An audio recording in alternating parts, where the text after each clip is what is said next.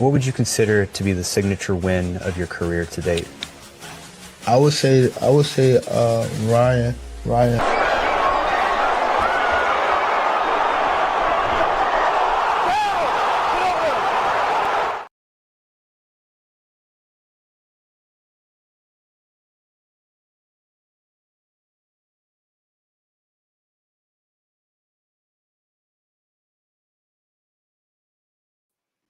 Did I do that?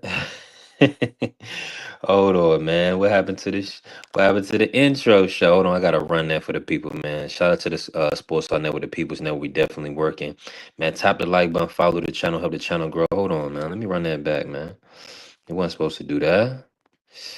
Let's see.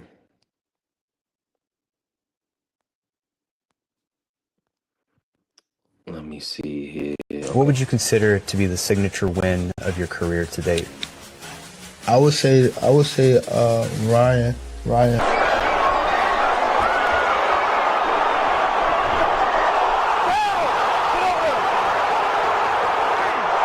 Four, five, six, seven, eight. Ryan, come here. Ryan, come here. Let's go.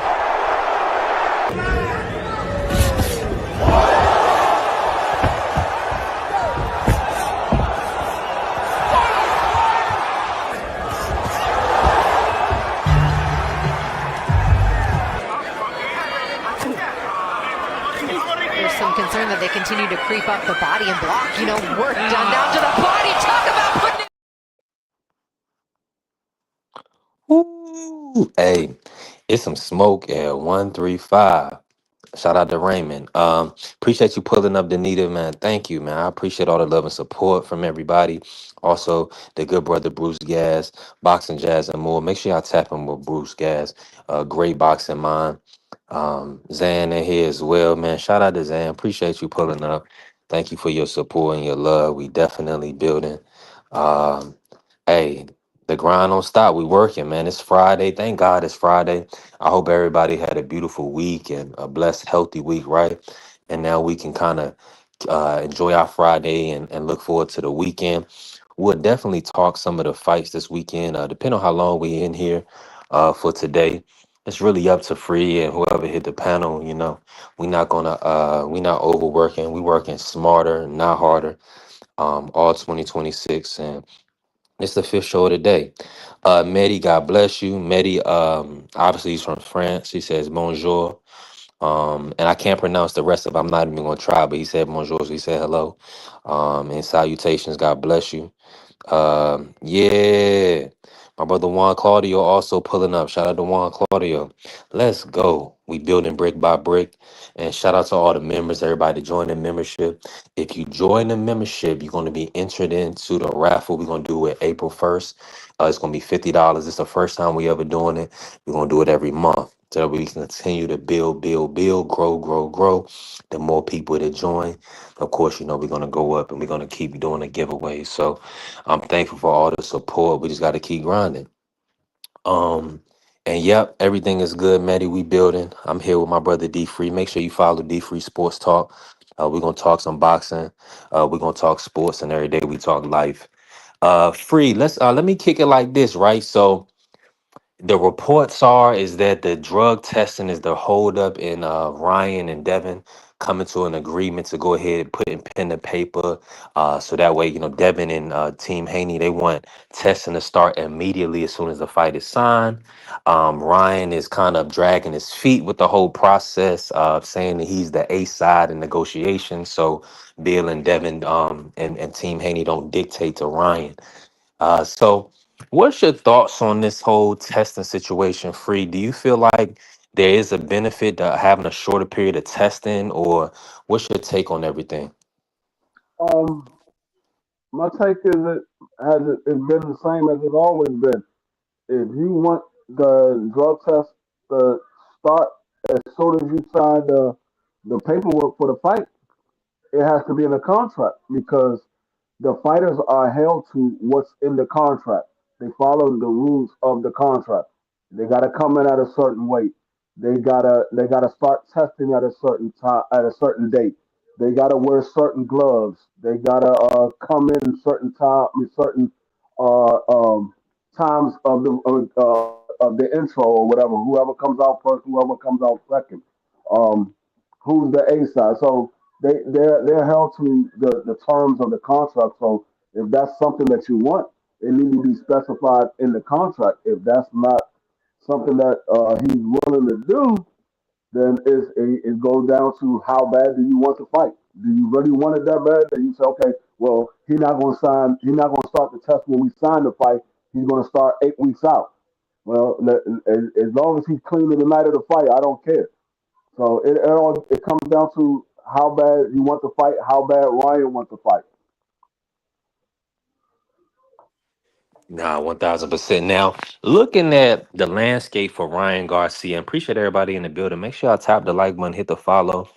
I know we just started, but go ahead and knock that color in the chat goal out. Ain't no thing. It's Friday. I know a lot of y'all got paid. Help us grow. Keep working with us. Now, look at the landscape free just based on from Ryan Garcia's perspective, and shout out to Pugilism pulling up on us. Appreciate you. Juan said he gonna hit the panel in a few, so we're gonna have a good show, a great show, and it's already starting off the right way. um Ryan, right, free his like just his options. What do you see as far as him? Do you feel like he has more options outside of the Devin Haney rematch? Um, Based on your perspective, are there any other fighters that you kind of want to see him lock in with if he doesn't take the Devin match? Both these guys got options outside of each other. It's just a matter of are those fights bigger or less? I mean, they all got options. They're champions. Everybody that's in the ranking system of those respectful sanctioning bodies wants to be a champion at some point in their career. So they always got an option. It's just a matter of is the fight bigger or is it worth you saying I'm not going to fight Devin Haney or I'm not going to fight Ryan Garcia. So it's not a matter of do they got options. They always got an option. There's thousands of fighters in the sport of boxing. They always got options. No, absolutely. And shout out to Juan Claudio. Appreciate my brother Juan. Make sure y'all follow Just As Juan, a real good brother, and knows boxing. With putting some color in the chat. Shout out to the 5 piece. Thank you, bro.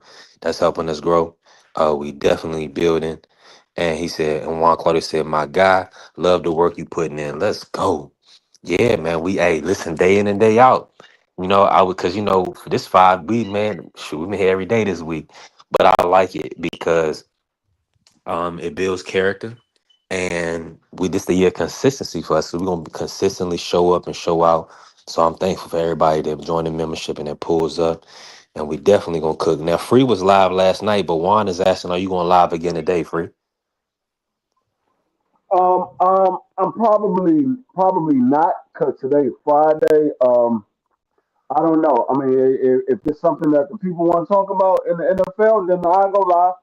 Um, I'm not 100% sure because I didn't hear anything about anybody wanting to do a live. So if there's something that people want to talk about in the NFL, I go live.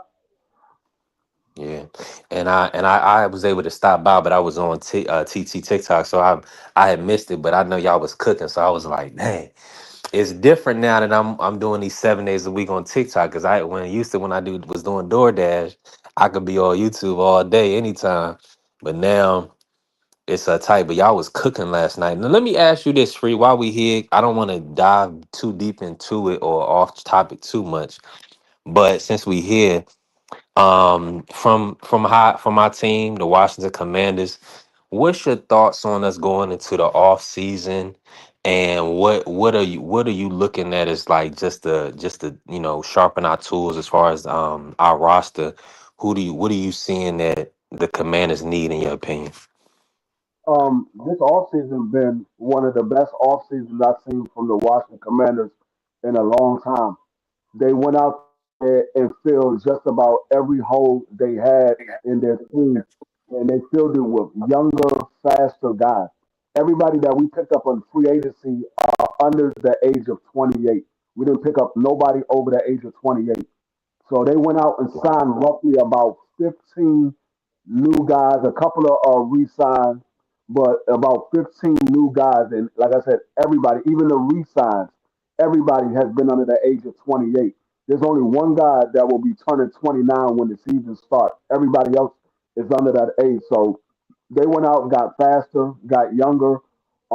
They really don't have any needs right now. I mean, you could say they can use some help at certain areas, like cornerback, receiver.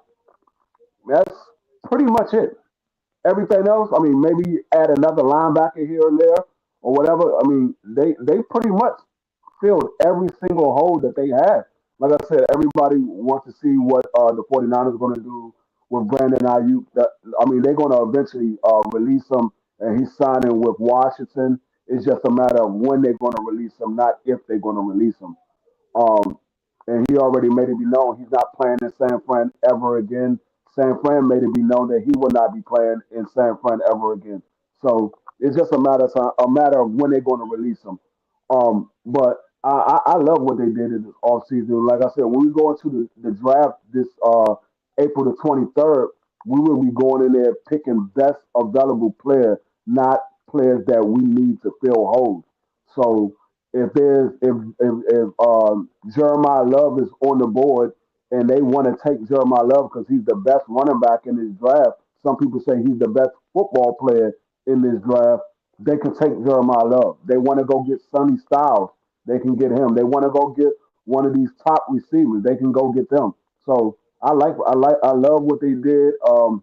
And they look like they said, okay, we did enough with filling it in with veterans. Now we're going to get some young guys so we can make that push for the long term, not just 1 year and then we got to rebuild again the following year. Nah, absolutely. And let me just say this real quick. Juan Claudio put this in the chat. I did not hear this. I'm surprised. I'm Yeah, I surprised heard it didn't go out that. as an alert. Chuck Yeah, I heard Norris passed that. away. How old was Oh, he, Free? he had to be like in his late 70s, early 80s because remember he was doing martial arts around the same time Bruce Lee was doing martial arts. Um, so he had to be in his late 70s, early 80s. But also, not only did Chuck Norris pass away today, I heard the news that Juan prayers said go out 84. to huh Juan said he was 84. 84. Yeah, that's what I said. Early 80s, late 70s. But I also heard the news. Prayers go out to Knockout and his family. Knockout lost his mother, so prayers go out to him and his family. Mm, man, wow. I'm really sorry to hear that. I know that would be tough. Man, I don't know if she was sick or, leading to it, but any situation when you lose your mother, that's going to be heart wrenching. Juan said the brother was 86. Let's do this. Let's do this real quick, Free. I'm gonna do a moment of silence for Knockout and his family and his mom, and we're gonna incorporate Chuck Norris as well um, for this loss of life. So let's give a just a silence moment of silence.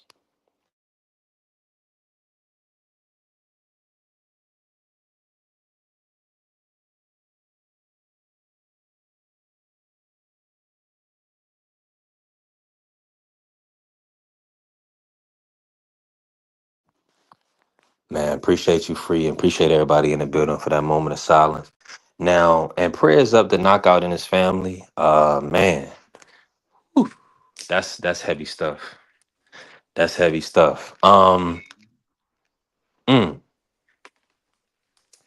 it's kind of hard to come back from that. You losing a parent. Free. Yeah, Especially your mom. That's a big deal. That's nothing to play with. So, I don't frequent his channel as much because I'm so busy and we get the sports talk. But I know who he is, and I'm praying for him. Man, him and his wife. Wow. Mm. Muggs, shout out to Muggs. Appreciate you pulling up, Muggs. He said RIP to your loved ones. I just lost two first cousins. Wow. yeah. First cousins too. That's close to home because they probably around your age range. So Right. yeah, man. Yeah, that's tough to deal with, man. So That's why I always say this, man. Anytime y'all, anybody, if they impress upon your heart to reach out to them, please do, because you never know. That could be, your spirit, the spirit of God within you telling you, hey, this person may not be here no much longer. You need to, talk to them, let them know that they loved, and so that way they could leave this earth the right way. Knowing that people loved them and had their back. So yeah, man, make sure y'all tapped in and stay locked in with your loved ones. Let me bring Juan in. Okay, Juan, cook with us, Juan. What's going on? How you feeling today? What up with y'all, players? Yeah, man. Yeah. It's a lot of heavy stuff always, because that's just life, right? But Yeah. we deal with it on a regular basis. That it kind of builds our character. It makes us stronger. So if we here, we gotta push on. Now, let me ask my brother Juan Claudio about this. I'm gonna bring you in like this, Juan. We're gonna talk. Bo Max said if Ryan ain't got that quickness, if with that adequate testing, if he ain't sharp, Devin is gonna put all type of hands on Ryan. Are you of the same sentiment? Do you believe Devin will win a rematch if Ryan is not on his A game, 100% ready, 100% focused? I'm about 65% that he can beat them, but you know, we gotta see the night of the fight. Do you feel like Ryan is a bad style matchup for Devin? Yeah, that's what I think it is, that more than anything, because Ryan's real athletic. So it's like, I don't know. It's a weird thing because his hand speed is really, really fast, but like everything else really, really sucks. So I really can't really like tell you completely You don't how like that his works. movement, Juan, the last few fights? Nah, not really. Like there's certain things where he does like he puts himself in like this weird shell for some weird reason. There's no reason for that. Like there's just a His whole Philly bunch of things shell. that yeah, no, it's not even a shell. It's not even a Philly shell. It's like he tucks his head in between his fists and then like kind of squints over. It's like, bro, what are you doing? Like what you really doing? So that's something. I mean, there's some other things in there that he's not really like competitive to me, but like I feel like athletically, a lot of more times if they were to fight each other because they recognize each other so much, Ryan can't get to him. You know what I'm saying? So it's just a familiarity. How you say it? Familiarity basis between them two.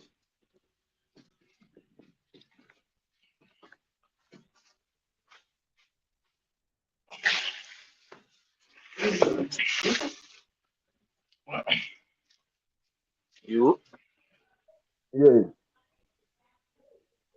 I don't know, but yeah, that's what I think. I think he's familiar with him, so obviously you're familiar with somebody, you're gonna be able to like do certain things against them that other people are definitely not gonna be able to do. That's how you think. you talking Like about Ryan and Devin? Ryan, yeah, Ryan and Devin. But I think that's why you see a lot of more times um fighters like Lamont, give dudes like tank trouble because again they came up around each other a lot, so they know what their weaknesses and stuff like that are.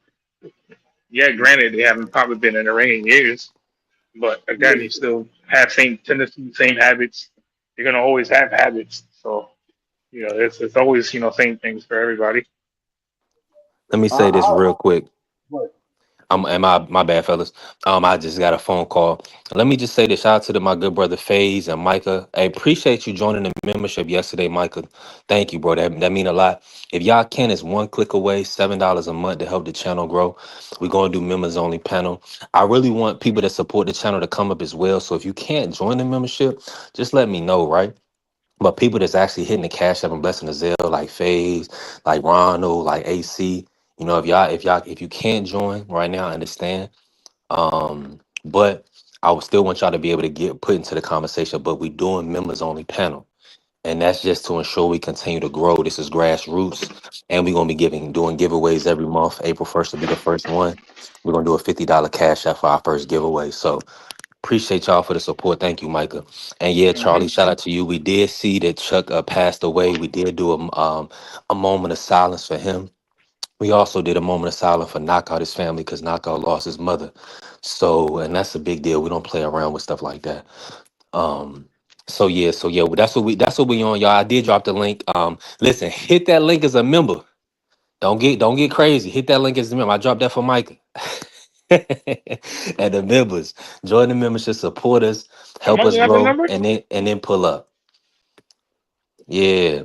One let me say that my bad. I jumped in free. Where we at with it? If not, I can pivot.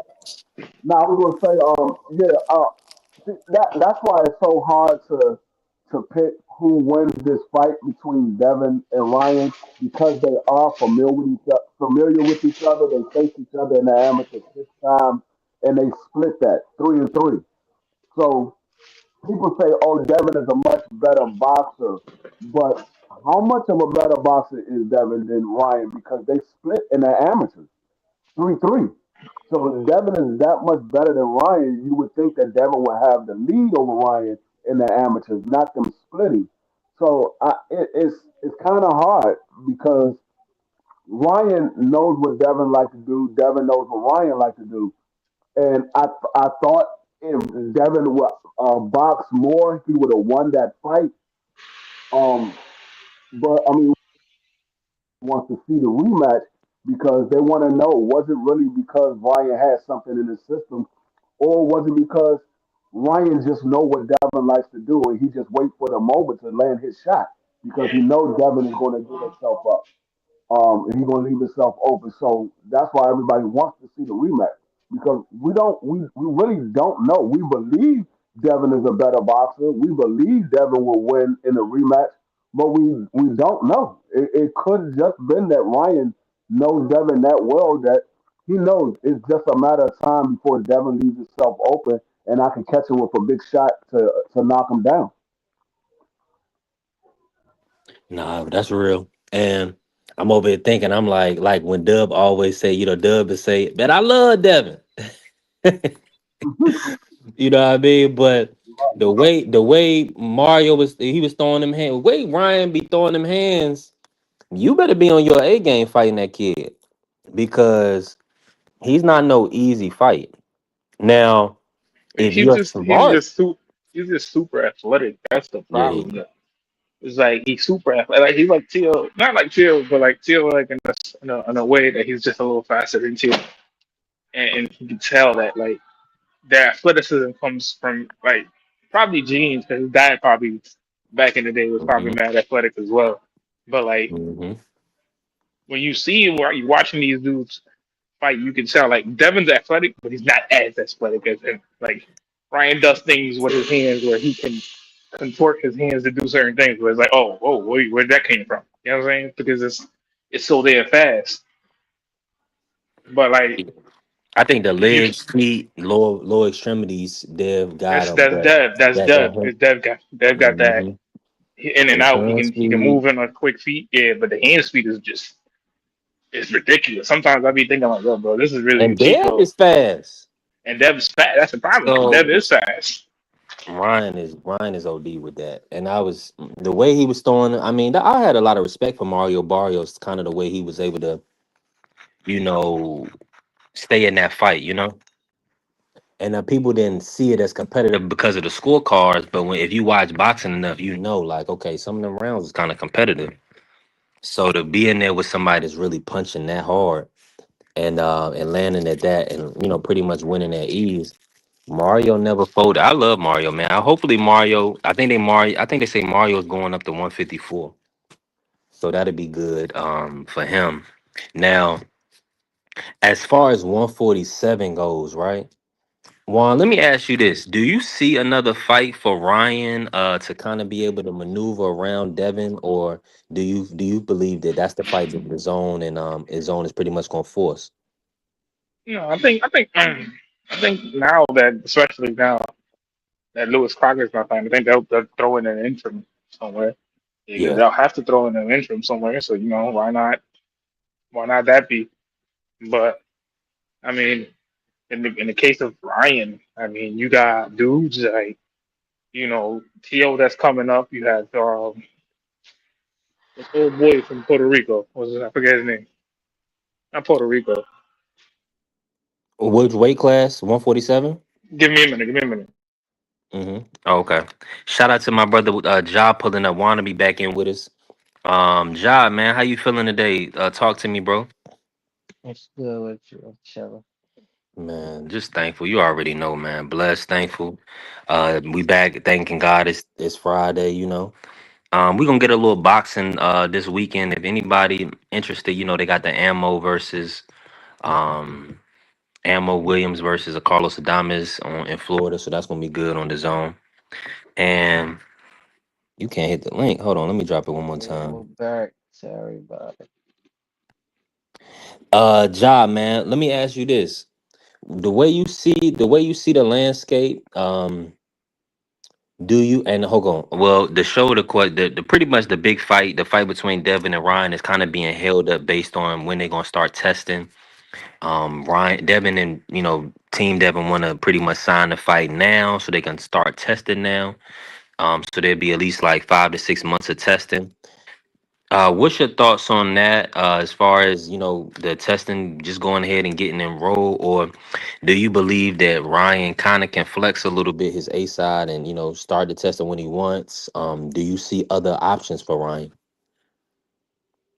I mean, I guess his A side help where I think it's just a ploy. It's just a tactic to get the advantage in the fight. Even if he wasn't the A side, it wouldn't be unreasonable for him not to want to do that. Like get tested, not get tested at all is ridiculous. But like 6 months ahead and all that. Only got another fight that he might be taking before that. Like that would be distracting him from his fight now. He could lose just from being distracted. He's gonna be getting tested for a fight that he might not even fight while he getting prepared for another fight. The fact that people even taking it serious just because he had Pop Dirty before, but like it's kind of taken away from boxing. It ain't even about who the better boxer is at this point. It's just about playing these messy games.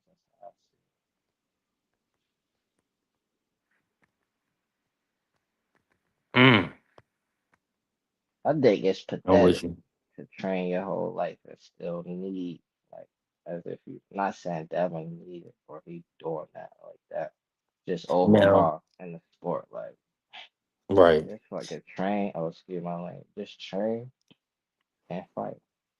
right. Put work there, but like all the extra stuff, and you talking about, I don't know, it's just extra. You Now, shouldn't let me need that ask to you, win. did you hear that Norman Cian came out and said there were reports that Devin may be microdosing to get an advantage, man. What's your thoughts on that? Do you think that's a little far fetched or could it be truth to it? It don't even matter because he ain't get caught up for doing that, and then that's just some hating. Mm, At the end of the day, Devin gave them the opportunity, and their name ain't never been that big before fighting Devin. So it just sound like being a sore loser in the wrong way. And you already knew yo was microdosing. It's just coming out now. It just seemed mm, phony to me. right. He knew it before the fight, but ain't gonna get that payday now, and now gonna put it out there after the fight. You know what I'm saying? Sometimes Cause you just gotta take your L. Like you messed up, yeah, take it. right. It's like why you gonna dry snitch on the way out? Nasty work. And you doubling down on a double L. Right. You know what I'm saying? Cause we like real people, we want you to do things honorably. Like if you took a L, I don't want Norman seeing nowhere but doing whatever he want to do with his life. If you want to get online and pop it and talk trash or build up a fight or whatever, do his thing. But I just like I don't want you. I would rather. I don't know. It just seems like something. It got to be substantiated when you saying If he stuff like would, that. if he would have been like, "Oh, he microdosing, we want the rematch, and want you to get tested," that would have looked different. Yeah, he's But saying it more so like he know Devin no, moving on, So he just putting it out there. I don't know why. It don't That was do why. anything for him at all. Mm-mm. It just make him look bad, like, or he just hating. Mhm. Devin shouldn't even be in these conversations about popping dirty because he didn't get caught. Period. If he did, do something. Nah, my fault. I was talking about Rohan Polanco. 'Cause he just fucking. They just signed the zone and stuff like that. Mm-hmm. Who's next for Rohan? Juan. And I'm gonna bring That's what Coach I'm Eddie saying. in. That's what I'm saying. You can bring in. They can bring in Rohan. I mean, if you have confidence in the kid, you should have confidence enough to have him fight you. Shit. Ain't that Mm. Elvis at 147 too? Elvis may have moved up. That makes sense for Elvis. He a big kid. Yeah, you know what I'm saying? You have dudes, and many dudes in this weight class, but you That can't Elvis. fight them. No, I'm with you on that. That Elvis versus Norman Jr. is a big fight. Let me bring Coach Eddie in on this. Good. Hey, appreciate you pulling up today, Coach. And let me ask you this. Talk about this fight being kind of held up on. Hold on, my bad. I was getting a text message. Talk about this fight kind of being held up on the drug testing. Do you see that as a big deal? They need 4 to 6 months of testing to ensure you on an even playing field. Is that a big deal for you, Coach? Nah, man. I mean, not really, man. I mean, 4 to 6 months of drug testing. Not really, because at the end of the day, if you want to keep it 100, we're talking about PEDs, right? Banned Performance. substance, banned substances. Okay, Not banned. Okay, but at yeah. the same thing, I'm gonna preface it by saying this: it's called PEDs, performance enhancing drugs. You have legal PEDs and you have illegal PEDs, but the outcome is still the same. If you see what you see what I'm putting down. So these guys take stuff that are legal that's giving them the same as taking something illegal. So at the end of the day, you're enhanced one way or the other. These guys they ain't doing it natural. Whether they taking they taking snack or they taking some other supplement or you get with some. It's a lot of strength and conditioning coaches out there. Alex Ariza had stuff that he was taking that was given his guys. You know what I'm saying? We all know about the Victor Conte. He had stuff that he was giving his guys. I'm pretty sure some other guys out there. Momar Heredia, he was giving his guys stuff. So a lot of these guys are taking stuff anyway. So they're not normal. If they stop taking that stuff, their body's gonna go back to normal. They're gonna lose all their gains. They're gonna lose all their definition. It's gonna go away. Now that being said, I think you should abide by the rules. 2 months, cool.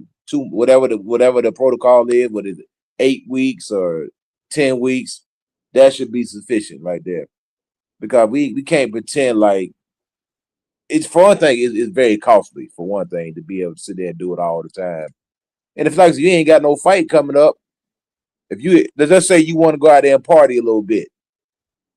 I ain't saying boxers should do that, but let's say you want to go out there, smoke a little weed or something, or snort a little cocaine. Now you gonna fail. Is that a part of it too?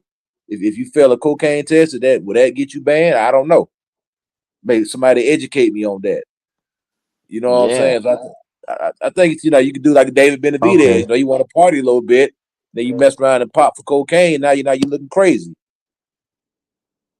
Not to mention, cocaine is a performance enhancing drug. Also, let's don't forget about that. Cocaine is a heck of a drug, like Rick James said. You know what I'm saying? That's why a lot of them old fighters, that was Yeah. their performance enhancing. They was snorting cocaine back there. Get coked up and then go get up in the ring and get it on. Yeah, But that's cheating. Absolutely. Straight up cheating. hey, but they All used to do right. it. Think about it, Lawrence Taylor, all them guys back there in the football players, man, they used to get coked All up. right. So Go out there and tear somebody's head off, man. Cheating. Let Mike, appreciate you joining the panel, man. Cook with us, Micah. I got some. I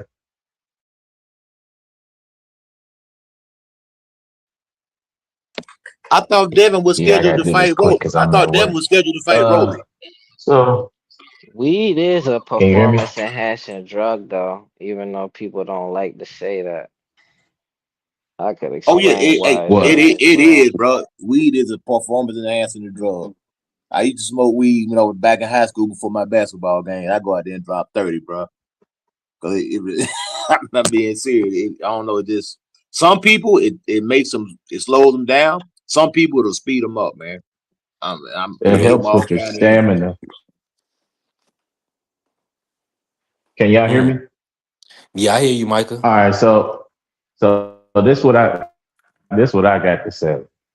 So Mhm. I understand with the abide by the rules and go do the 2 months I of can't. It's breaking up for me.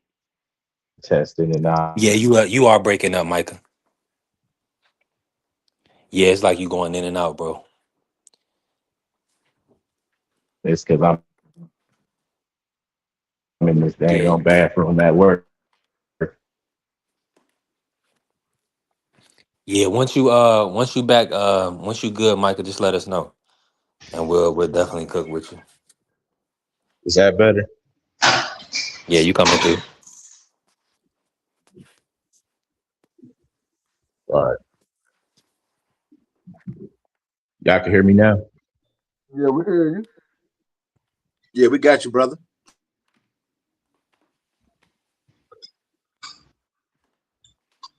Okay, so Ryan made his own bed. He gonna have to enroll in VADA anyway. He got a belt. He gonna have to get tested regardless. So it's not gonna matter. Plus, it's not like they test you every day. It's random. No, let me say Sean this. Porter said he only I got thought tested 2 Vada times. was Vada not 300, 365, is it? Exactly. Don't that Is work Exactly. both ways, though? That means he is don't that a have to stop now. requirement? Is that a requirement that they have the belt? WBC, that's not a requirement, is it? No, they have what's called a clean boxing program, but it's not the same as VADA 365, meaning you can be tested at random any day of the year, any time of the year. So Brian is not in that, which And then means they right now he still has to enroll in VADA or a testing program in order to start his testing. I think on any level, if you fighting on that level right there, just automatically to assume that the person you fighting is on something, whether it be legal or illegal, something that's helping them out. Mm-hmm. You know what I'm saying? Because you yeah, can get the same but effect legal from a supplements. snack that you can get from something that's illegal. Now we seen a lot of snack fighters get beat up. Those are the facts. Mm-hmm. And we seen a lot of snack fighters look phenomenal.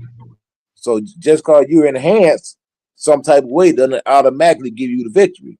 It can help you, but it doesn't 100% ensure the victory. We seen Alexander Povetkin, he was juicing for years. He took L's. You know what I'm Yeah, saying? but So illegal substances are not the same as legal supplements. And y'all keep saying snack. Snack is just a supplement brand. What the snack program was them just ensuring that the people was taking their supplements right. It's basically just like a nutritionist for supplements. They just making sure you not take this at this time. They'll take your blood, see what you need, see what your body is deficient at, and they'll give you the supplements you need to replace that. It's not the same as steroids. Steroids is giving you extra stuff that doesn't occur naturally. Like What's people your take creatine. perspective? I disagree with that, man, because Hold on. you can have synthetic stuff that would give you the same result as a steroid, but it's just it's And either it'll be non-detectable illegal. or it's not What's on your the ban or perspective not on on the Ryan? banned substance. What's your Huh? perspective on Ryan taking it now, though? Taking the drug test now? And before you answer that, let me just say this: we can't talk over each other because for the audio purposes. But let me also say shout out to Champ pulling up, Thrill Hill in the building, and Pugilism back in here. We definitely building. Talk about it, Micah. My thought on Brian, I don't see why not. It's not like they come and test you every day, and they come to you. Sean Porter said he got tested for 4 months and they only came to testing twice. It's random. It's not like it's hurting him in any way. He don't got to even pay for it. So I don't understand why not. What about on a perspective of waiting until they settle the fight contract to start doing it? Oh yeah. I think they should wait until they actually sign. But I think he should go ahead and sign now. Why not sign now? I Don't he thought got another I fight thought lined Devin had up a though? fight. Nah, I thought They, they both had a fight lined up. I thought Devin, Ryan was supposed to Devin. fight Tio. either Nah, either he just either on. way, they did that before. They did that before with the Riyadh, but Oscar and Brian pulled out. They had already agreed to fight after the Riyadh card. It was I mean, supposed to but go in. Devin was supposed to jump in the ring, but they held him back from going. They told him he couldn't go in.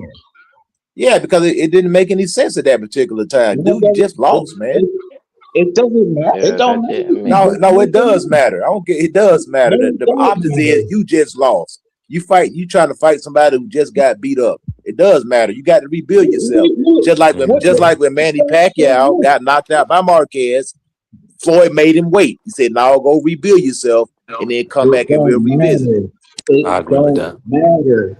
Devin lost to this guy, so it does not matter whether he won or lost. I know he was supposed to win, but who cares? They were supposed to fight. They wasn't even supposed to fight the people they fought. They were supposed to A lot of people care. Maybe you don't care, but a You lot of can't people look just at that like you just lost, Right. bro. What Yeah, difference nobody does it wanted. make? Hold on, Micah. So you feel like Devin would get credit for beating Ryan off a loss? Yeah, you know Devin Haney, the dream. I don't think Devin would have got credit for beating Ryan, period. Even if he beat him now. It's People still gonna gonna be be like, excuse. Devin. Yeah. Now they're gonna That's say kind of Devin, Michael Jackson. disingenuous, though. Now they're gonna say, I'm That ain't telling even you. answering the question. Yeah, I that did sounds like a answer lot the of question. carpentry, brother. I'm gonna keep it 100, man. Here you go. Okay, Here you go. OG Now you cabinetry. carpentry. No, I'm just being real. I'm being real. I'm being real. You ain't even answer the question though. Yes, You I can't say did. being real without answering. What did I just say? What was the question? He said, "Would Devin get credit if beating Ryan off of a loss?" You And changed I it to said another Devin thing. wouldn't get credit regardless. I said Devin wouldn't get credit anyway, right?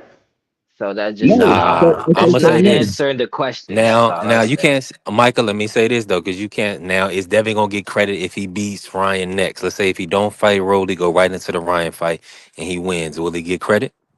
I'm telling you, the same people that's saying that the drugs didn't matter are going to say that Devin was microdosing What's the point of fighting them then?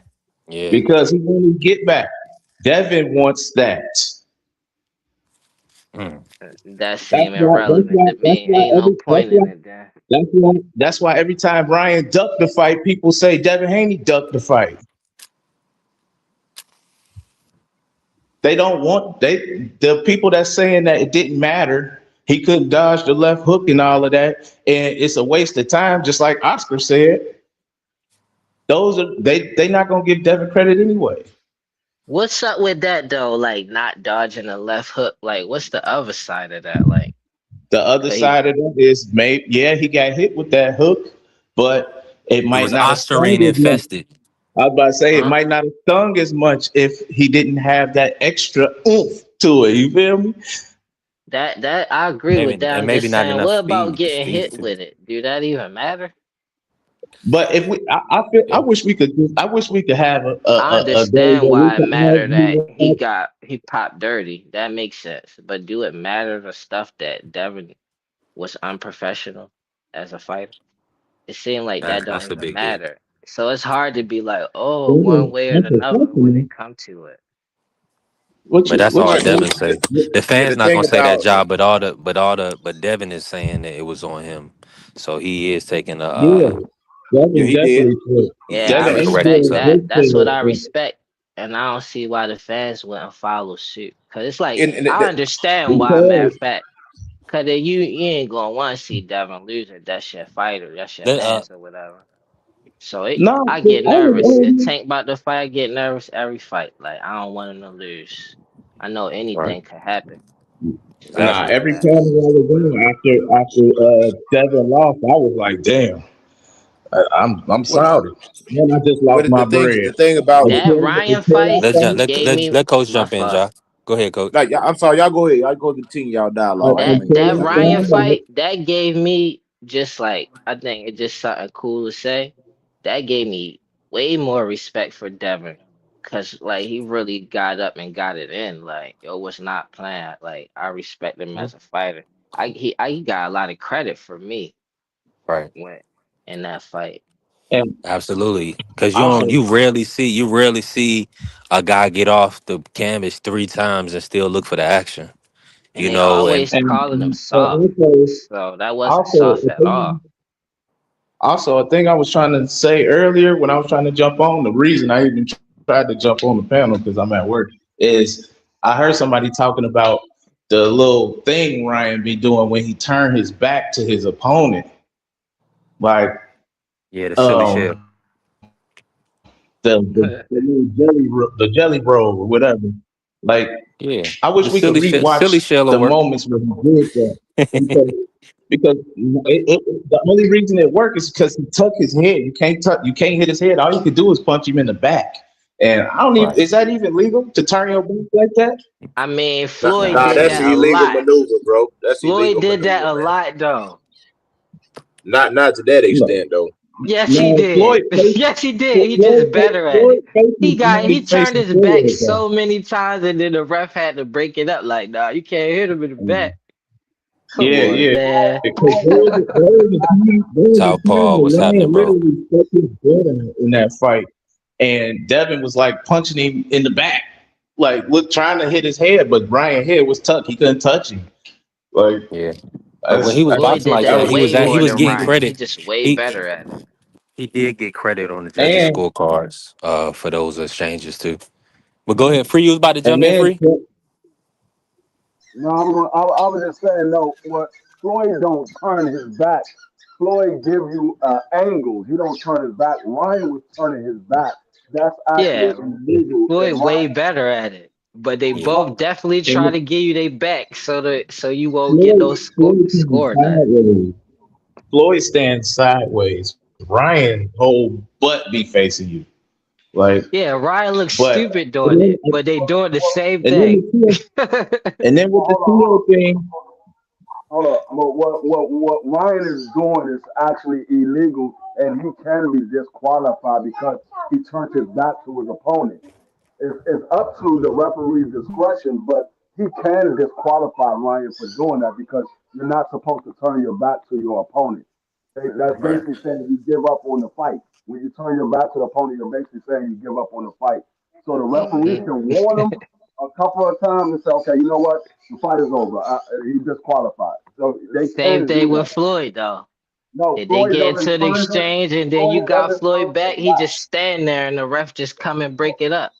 The referee was breaking it up because his opponent was punching him in his back. Floyd didn't turn his back.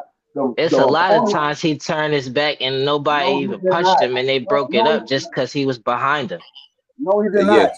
He Yes, turned he to the did. side. He did not turn to the back. Floyd never took a knee because he got grease in his eye though. What the what? Come on.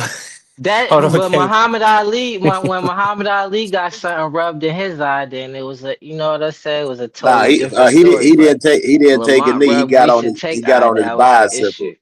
He got on his bicycle and he survived it. He didn't take a I'm knee. just hearing that nonsense though. But Floyd definitely turned his back a lot, He didn't even get definitely hit did in the not back, turn and his the back. ref broke it up. He definitely did not turn his back. You The, sat the there. referee, The ref could have just that's sat why the back and let referee you just have your that's back why the turned to your referee opponent didn't while he warn him. whooped you. He didn't But they warn broke it up Floyd. every time. That's why the referee did not warn Floyd for turning his back. He warned his opponent for punching him in the back. There's a difference. He didn't turn his back. He turned to the side. He always Yeah. turns to the side when he do the shoulder roll. That's what he always do. That's what the shoulder roll is. You give them only one side to be able to hit. What Ryan did was turn his back. He turned his whole back and gave him his back to hit. That's a big difference. You can hold them up side by side. There's a major difference in between the two. Not the same. Yeah, that was yeah, I mean Hey, I just that's see it different. That's all. To me, Floyd stood there and his opponent got the advantage, able to get behind him, and the ref got him out of it. That's how I see it. mm, Uh, here, use this.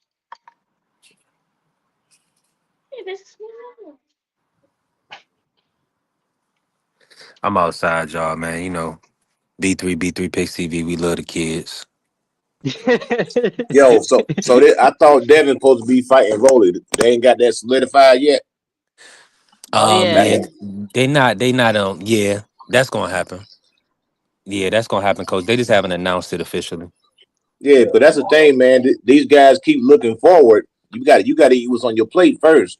That's how you mess around and get beat. And the way these dudes to get knocked off lately, you better So focus what's in front of you. You know what I let me mean? ask you this, coach. So what's your thoughts on Devin going into trying to agree with Rolly and make sure he solidified or secured the Ryan fight? It's a hard fight. That's a hard fight. Yeah, once you get on that level, all the fights are somewhat difficult Mm-hmm. for whatever reason. Like you take a fighter like Oscar Benavina. He's a guy that fought Joe Frazier and Ali back in the day. Tough guy, man. Didn't have much of a style, but he's a tough guy. He was rugged, and he gave them guys all they wanted. You know what I'm saying? So Rolly's that type of guy. Devin Haney ain't finna walk through Rolly. If y'all think Devin Haney finna walk through Rolly, you're gonna be sadly mistaken. I think he about to school him though. Devin's gonna be in for a rough night in the office. I ain't saying Rolly gonna win, but he better pack a lunch. I'm rooting for Devin. I think he gonna school Rolly, whoop him. All the times he talking about now, he talk about Devin ducking them. Devin don't throw enough punches. Devin don't throw enough punches. He gonna throw enough that night. He gonna throw it. Rolly ain't gonna give him no choice. Yeah, Rolly gonna be right there. Yeah, to whoop somebody, you gotta let your hands go, man. And Rolly didn't, he didn't got dropped before, so that do something to you. Devin got dropped before too. And Rolly accusing Devin of ducking right now, but he always was talking about how he ain't even want to fight Devin. So I ain't trying to hear none of that.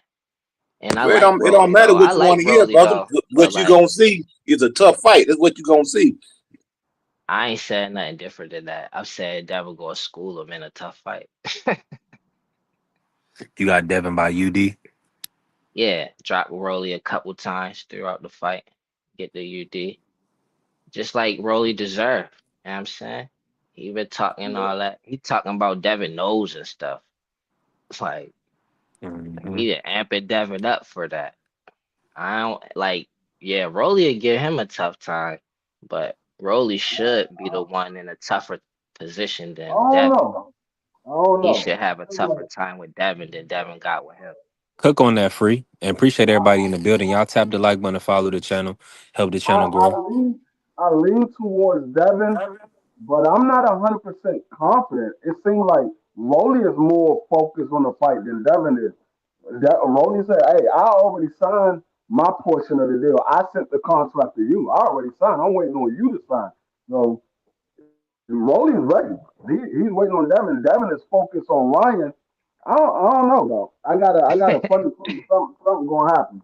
I got a funny feeling something gonna happen. Something crazy gonna happen, and it's gonna be another reason why the Ryan and Devin fight don't happen. I don't know if Devin gonna get beat or Ryan gonna get beat by somebody, or I don't know. But I got a funny feeling something else is gonna happen because these guys are not focused on their opponent that they got in front of them. They always focus on their fight later on down the line.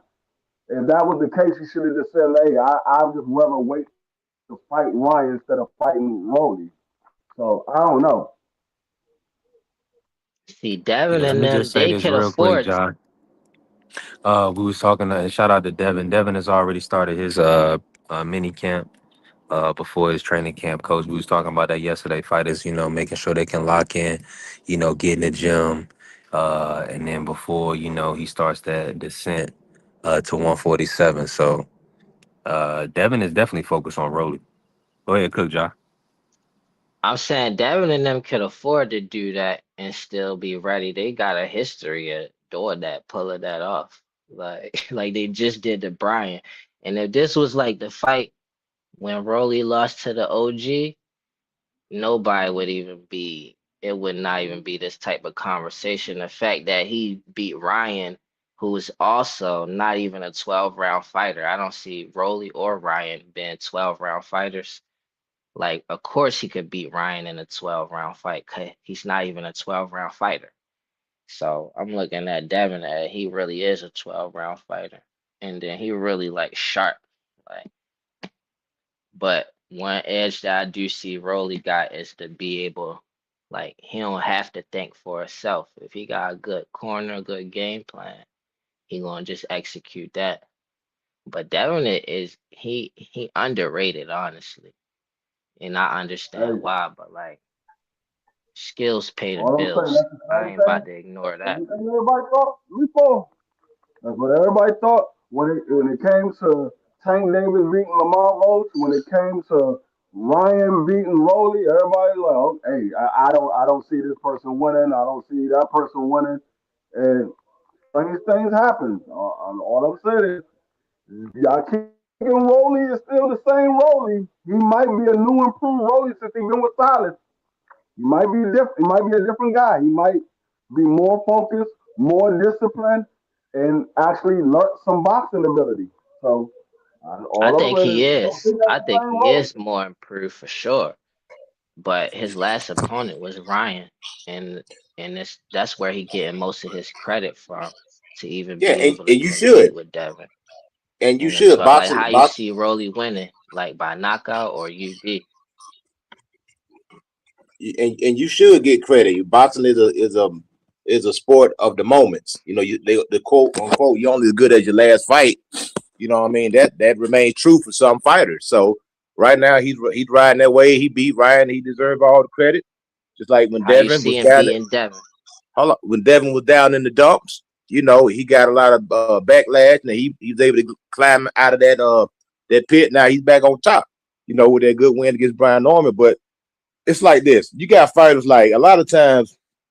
You take Andre Ward for instance. There was two guys that he mentioned that was tough fights. They were awkward guys. Awkward, strong guys are tough fights. They're unconventional. They're not what you're used to seeing in the gym. You're used to seeing everybody throw all the punches, proper technique, turning stuff over at the right angle and the right time. These guys are throwing stuff from all over the place, and you're not used to seeing it. There's a guy by the name of Saki Obika. Saki Obika. He was a super strong guy, hit you anywhere, hit you all over the place. Another guy, Edison Miranda, strong guy. He said them two guys right there, the hardest fights of his career was those two awkward guys right there. So when you got a guy who's really, really polished, like Devin Haney, who's used to seeing stuff a certain way, then you get a strong, awkward guy who's throwing punches from all type of angles that you're not used to. You got to prepare for that. Who do you go? Who inspired do you go find that's gonna mimic Rolly? Who fights like that? Who fights that awkward, wild style like a Maidana? We see what Maidana did to Adrian Bronner. Adrian Bronner was much more skilled than Marcos Maidana, but Marcos Maidana put hands on him because of the awkward style and that punching ability. So anytime you're dealing with an awkward guy throwing punches from all type of angles, you got to be on your P's and Q's. Because if you don't, you mess around, you're gonna get clipped. So how you see Rolly beating Devin though? Like Madonna beat Broner or It's gonna be some type of if he does beat him. Now, of course, I'm riding with Dev. Dev on paper should beat him. I would favor Dev to win this fight. I just don't think it's gonna be easy. I don't think it's gonna be a cakewalk. I think Rolly's gonna make him fight. But to beat Dev, you got to make him fight, and I think he has to my he bad. has to hurt Dev. He has to hurt him. If he can hurt him and Right. keep him hurt, that's how he Gotcha. can beat him. But if he That's don't not a if he good don't hurt chance. Dev, he's not gonna win. Like he pretty much gotta stop him by knockout. I don't see no UD. Well, either he got to stop him, or maybe knock him down a couple times, and make Devin so hesitant that Devin don't do anything. You got to kind of make Devin pack it up, so to speak. Just make him survive it. In other words, try not to get knocked out. Fight that type of fight. If he can go out there and hurt Devin early, first round 2, round 3, hurt him, maybe drop him 2 times during the fight, he could possibly win the decision. But And, it's and gonna take at least 2 knockdowns. what make Rolly awkward? Hey, shout out to my brother He Prize throw them pulling up. wild punches. Man, you see how Rolly fight. Same thing with Pitbull Cruz. Pitbull Cruz is an awkward fighter. That Rolly dude throwing punches punches from look all over the clean. place. Now he don't like Pitbull to me. No, this is just my opinion though. Yeah. Rolly punches be clean. Nah, Like, but when he Tank was got about a to fight crazy him, he hot was back like, style. when Tank was about to fight him, like, he not awkward. He just a stupid fighter. Like, he take risks consistently that could get him knocked out. But his But he might be punches smarter be now. clean. He might be No, he smarter might. now. I Nah, like he Rolly. might. It's not He like didn't. that. I'm just speaking on like I'm gonna tell you what Rolly has. his punches that be makes him looking awkward. clean. Nah, Cause coach, they keep it 1,000. Why you gonna I'm make gonna me tell do you that, what Rolly coach? has that makes him awkward. Rolly has a combination of Shane Mosley and Manny Pacquiao. He got a herky jerky type of fight, and he jumps in and jumps out. It's the same as Manny Pacquiao, same as Shane Mosley. That you don't know if the punch is coming because he's always jerking, and then he'll jump in, throw a shot, and then jump back out. He has a mixture of Manny Pacquiao and Shane Mosley, and he is super strong. Everybody that fought Rolly Romero said that man is strong. He punches for real. So I don't think that. Well, I ain't gonna. I don't think. I know that Devin Haney hasn't been in there with the power of a Rolly Romero. That man Rolly is a strong dude. He might look funny when he's fighting or whatever, but he's a strong dude. And his angles, the reason why he's throwing his punches from different angles is because of his martial art back style. Background. His martial art background. So they throw punches from an angle that you can't see because they want to catch you by surprise, and that's from his martial art background. That's why he throws it at a different angle that not the what traditional. punches y'all talking about though? Like an overhand or something? What His punch that he punches, throw? period. His punches, period. Just They all come his at a punches. different angle. They don't come from a traditional angle. If you see how Rolly throws his punches, they don't come from a traditional angle. He doesn't stand in a traditional boxing stance and throw his punches like a traditional boxer. He throws it almost like it's almost like he's falling into a shot and his arms is crossed in front of him and he'll just flick a shot out there. It's not a traditional boxing stance. And it comes at a different angle because he doesn't stand in the traditional boxing stance. Now that might change being under Silas. Silas might have changed it up. He might fight more of a traditional style being under Silas. But when he was under Bullet, he had a awkward style. He never stood like a traditional fighter. He always had his hands crossed in front of him, and he would lean forward and flick his punch out there as he's jumping in. It wasn't a straight up throw a jab out there. It wasn't like that. I don't see no top level fighter that ain't irky jerky and you can't really predict when they punches coming. Like Shakur's jumping and out. You ain't about to predict him. He gonna catch you. Tank like that, Devin like they all got that irky jerk, but like awkward. Cause I'm only asking that 'cause I've been through like where people keep calling me awkward when I was boxing. Like, and it's like you just said that because I'm getting with you, like, and you want to feel confident in yourself, but like, what is you If talking about everybody keeps awkward? saying the Is you a same fighter? thing, You're it's not probably true, supposed to brother. let. Hold on, why I gotta get cut off? Like, and it's cool, but if I cut somebody, I was like, hold up, John, hold up, like, go ahead though. I don't even remember what I was saying.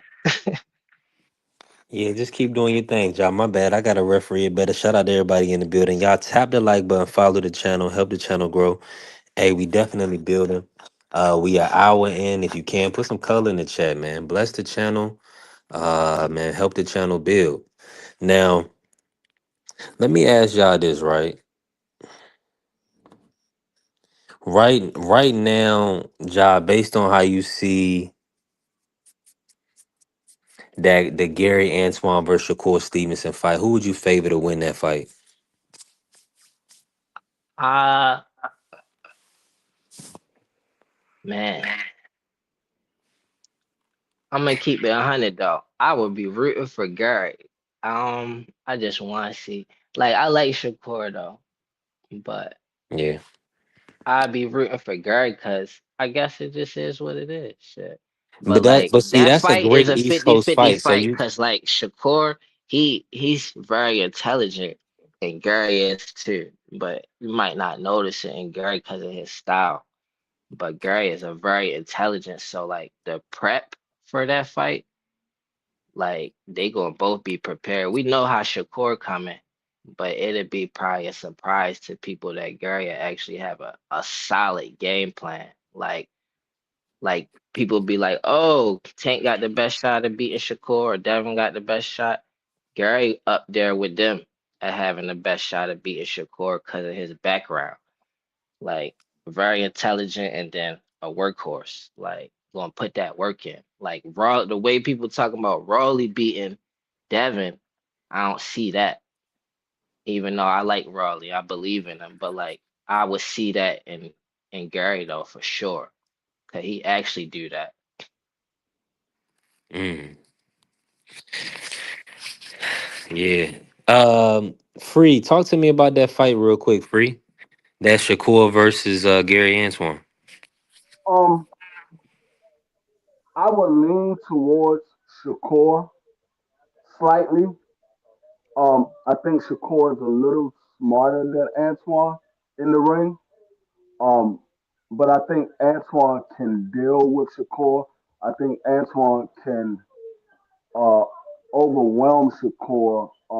Antoine definitely has a shot at beating him, but I would slightly lean towards Shakur because of his defensive style and his ring IQ. I've seen moments where Antoine um, got a little confused in the ring and got away from the game plan.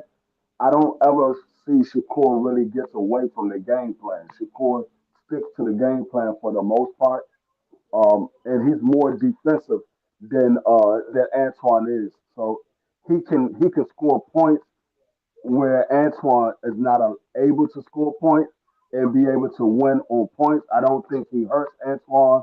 I don't think he stopped Antoine, but I think he can outpoint Antoine in a 12 round fight where he can possibly win. But I think Antoine is strong enough and his hand speed is fast enough that he can catch Shakur with something and hurt Shakur and make Shakur get on that bike. And Shakur can be defensive for the rest of the fight where Antoine can rack up rounds because Shakur is not throwing something back because he's too scared of what's coming back at him. So, but I would lean slightly towards Shakur, but it's not out of the realm that Antoine can win that fight. Yeah. Hey, Coach Eddie, break that fight down for us. The Gary Antoine versus Shakur. Oh man, I like that fight, man. That's a good fight, man. Uh, like I say again, that's another thing. I think Gary's gonna have to hurt Shakur. If he's not able to hurt Shakur, I think Shakur could probably beat him. The only way I think Gary beats Shakur, he's gonna have to probably it's gonna have to be 3-1. He gonna have to really he gonna have to do the Joe Frazier on him, man, and just work, work, and work, keep chopping, and hit whatever you can, bro. You know, you ain't really gonna land clean on Shakur, so you just gotta hit what's in front of you, man. You know, and hope you could break him down. You know, maybe that'll be a type of fight where he'll probably have to throw about 800 punches to win that fight. It got to be like something like 800 to 400. He gonna have to double that output to win that fight. Otherwise, I don't think he gonna get it because Shakur he real hard to hit clean. So I ain't never seen the guy hurt. I ain't saying it can't happen, but I ain't never seen nobody hit him clean enough to really hurt him. So that's all it's What you gonna be. think about? You had to make it ugly, gonna have to make it messy, and he gonna have to throw a lot of punches. He gonna have to set some type of record or something that night, like 800-900 punches for that whole fight. He gonna have to get busy. There's only one fight that Shakur got hurt in, and the only reason why I say he got hurt is because he said he got hurt, and that's when Mhm. Oscar Valdez hit him to the stomach. He said he felt like he was about to throw up. That's the only only fight, and he said he was never going to sit there and let Oscar Valdez hit him to the body again. And he stayed away from Oscar Valdez for the rest of the fight. He stayed at bay and kept Oscar Valdez eating that jab every time he tried to get in close. But that's the only fight, and like I said, I only say that because he said that. But visibly, nah, I never seen Shakur hurt neither. Visibly, Yeah, yeah, I definitely heard Shakur say that, and I mean, I think he's a phenomenal fighter. Now, it sounds like coach, it sounds like pretty much the guys are really saying that Antoine is not going to be the guy to beat Shakur. Just starting with Coach Eddie, then we'll move it around. Uh, can Tank versus Shakur? Talk about that fight, Coach. Is Tank the guy? Yeah, I got Tank. I think if they match up, I got Tank winning that fight, man. Tank is more of an accurate puncher, man. Sharpshooter, set a lot of traps.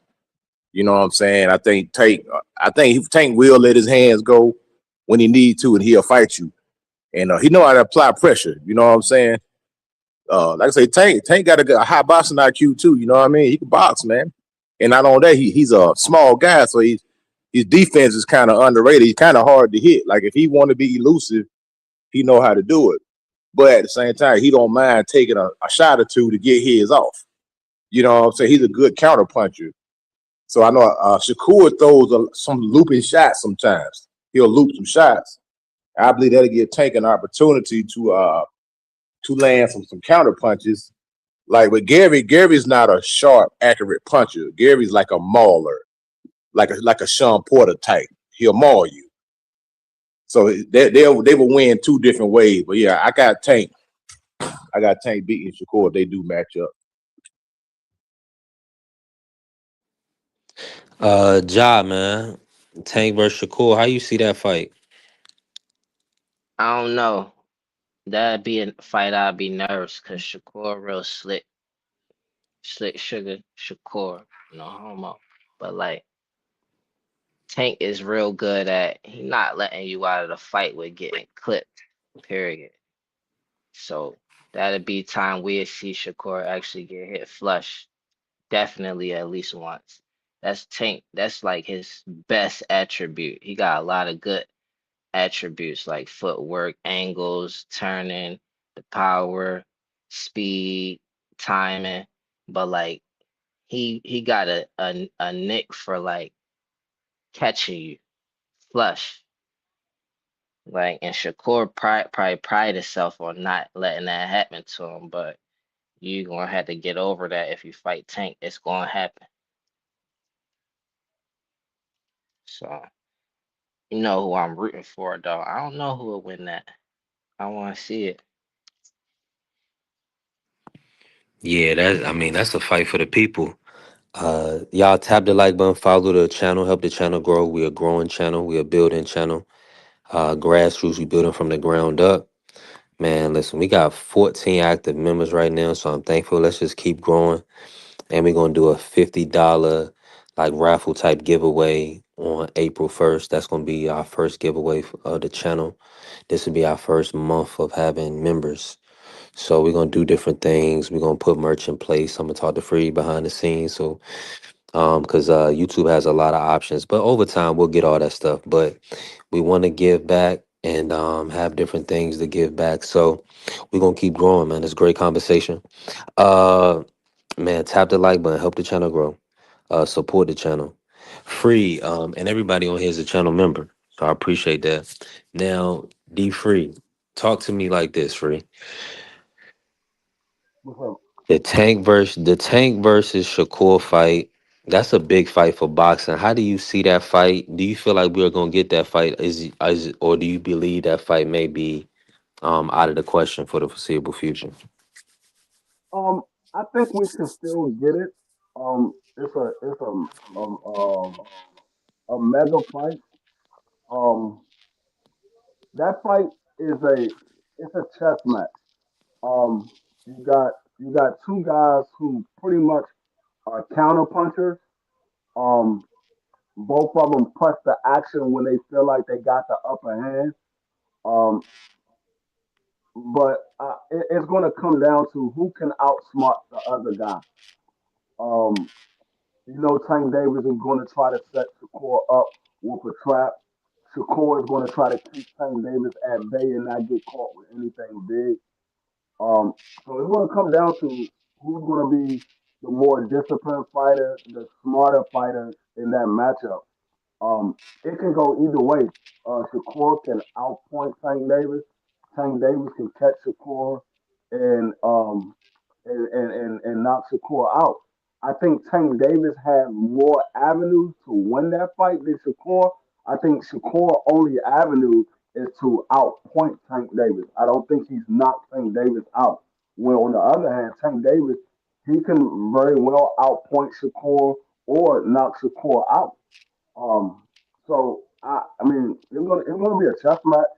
Um, I lean slightly towards Tank Davis because I think he's the stronger fighter. He has that equalizer that changed the game in a blink.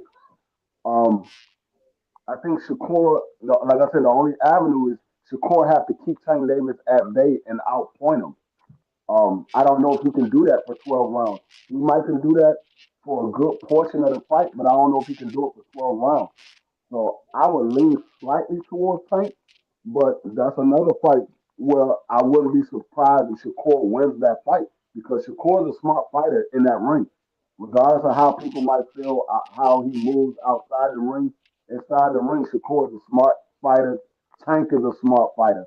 When you get to that level of matches, Tank Davis, Shakur, Antoine, Devin, when you get to those level of guys, it's you're splitting hairs with who's going to win the fight.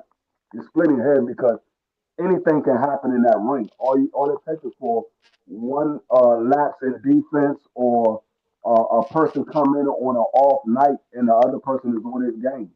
So I think those are the type of fights that the fans look to see because anything can happen at any given time.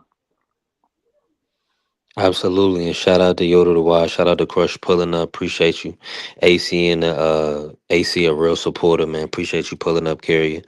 Hey, we definitely building. Shout out to Phase in here. Hold on, let me drop the link real quick. Appreciate you putting some color in the chat. Listen, we gotta have clear audio. Uh, that's why I'm cooking like this. For the playback. Just so everybody's listening. If your audio is not good, just drop off, come back when it is.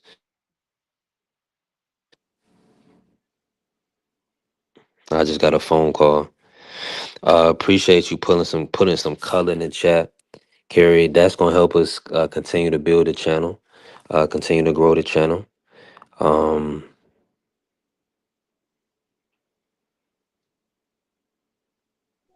I don't. I mean, I'm gonna answer that question that he just put in the chat. I don't think we've seen the best version of Tank Davis yet.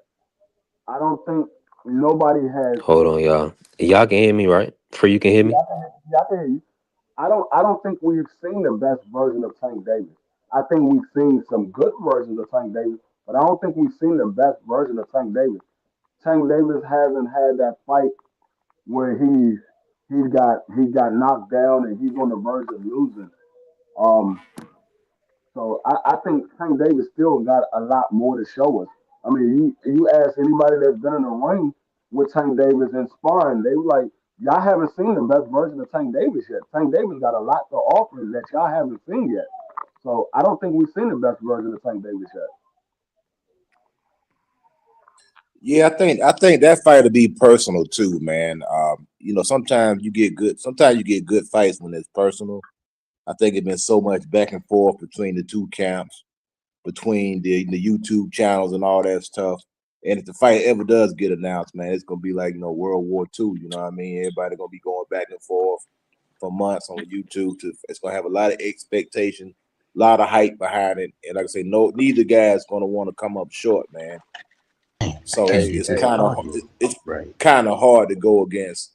It may sound weird, even though I thought Lamont did beat Tank. And that was my first initial decision when I seen the fight. I still stand on that. But like my man said, sometimes you can have an off night, or maybe somebody just may have your number. That's to be determined. But I think with Shakur, I think it's more personal. I think that Tank will try to like really want to knock him out. I think you'll see a motivated Tank to go out there and try to get the job done.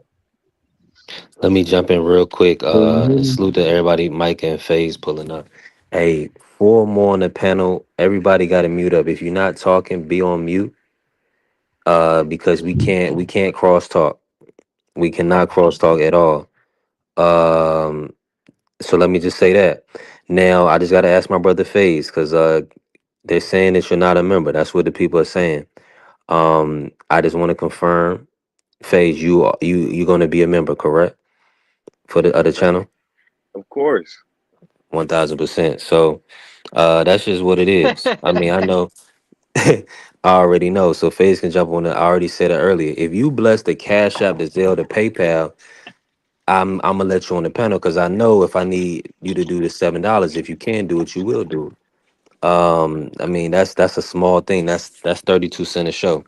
So I know FaZe is not gonna trip over that.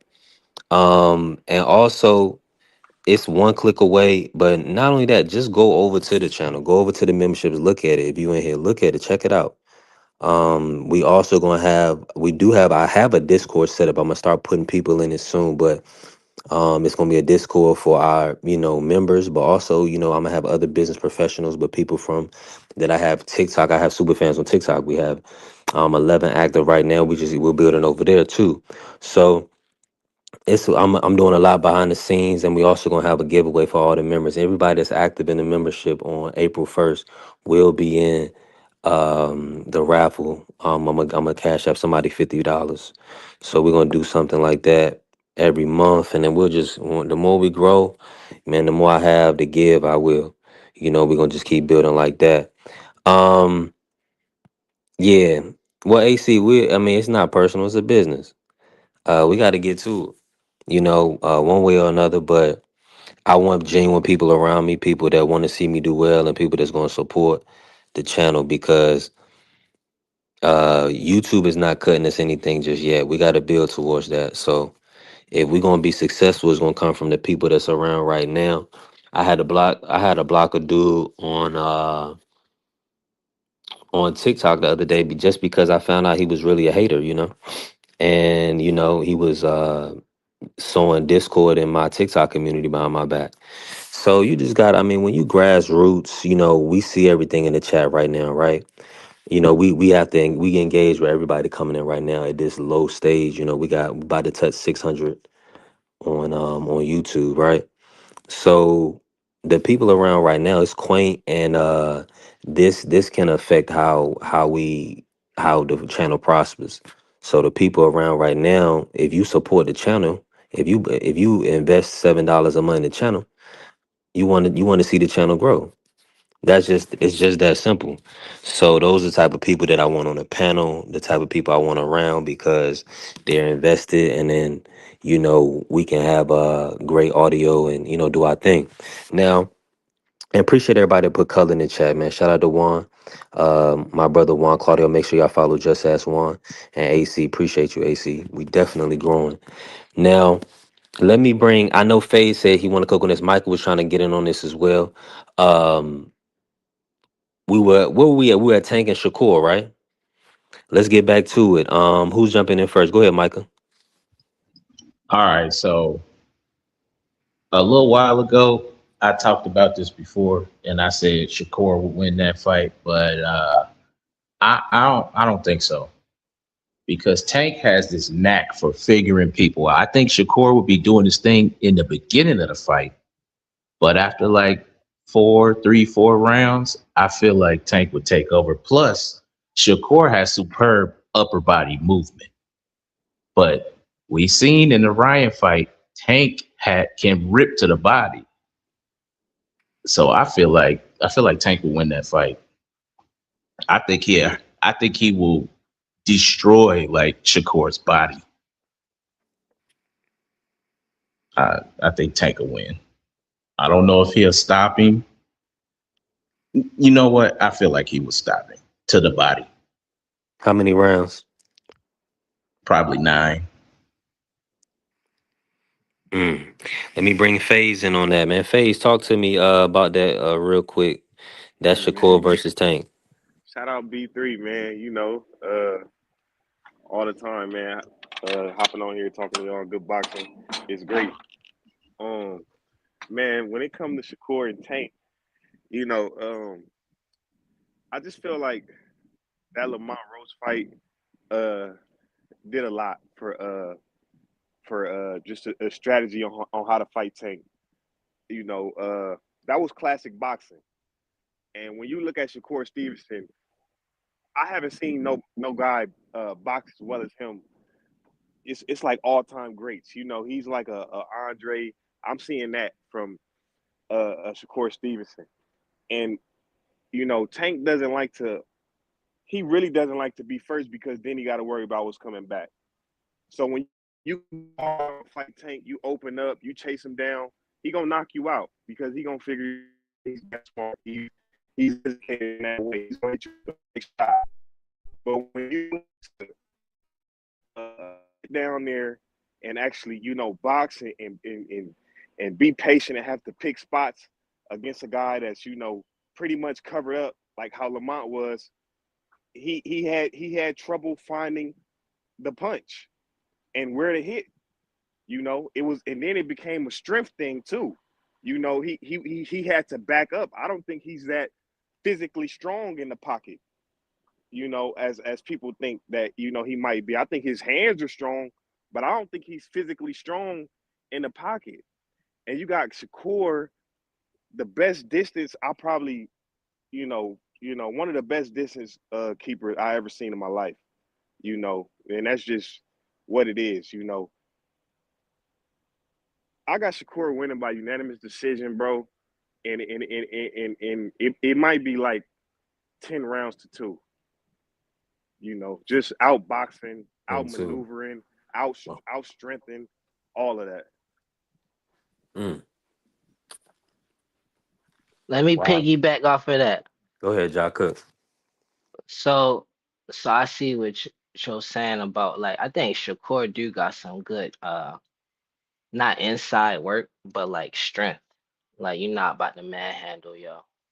But I think if he like Tank it hit him to the body for sure. I don't really say him and Lamont like he could do the same thing Lamont did at all. Um, I think Lamont is a little tougher than Shakur in a certain way. But if Shakur get hit in the face flush, which he will by Tank, I think that'll mess up his whole night. Like that'll get to him mentally. Like just from watching them both from the amateurs till now, like far as being first, that's nothing to these elite fighters. Um, but like if Shakur get hit in the face, I've been watching him since the amateur. That throw him off. And that type of dog fight where you exchanging punches, Tank is extremely good at that. Like so, if he get hit in the face, he gonna want to get his get back.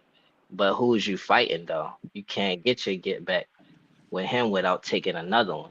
Uh, Yeah, I don't know though. I love Shakur is that, bro. definitely a genius in the ring, sure. So I love that, bro. You really Tank. It's the thing is everything's gonna happen on Shakur's terms. And and people just gotta live with that. He gonna fight when he wanna fight.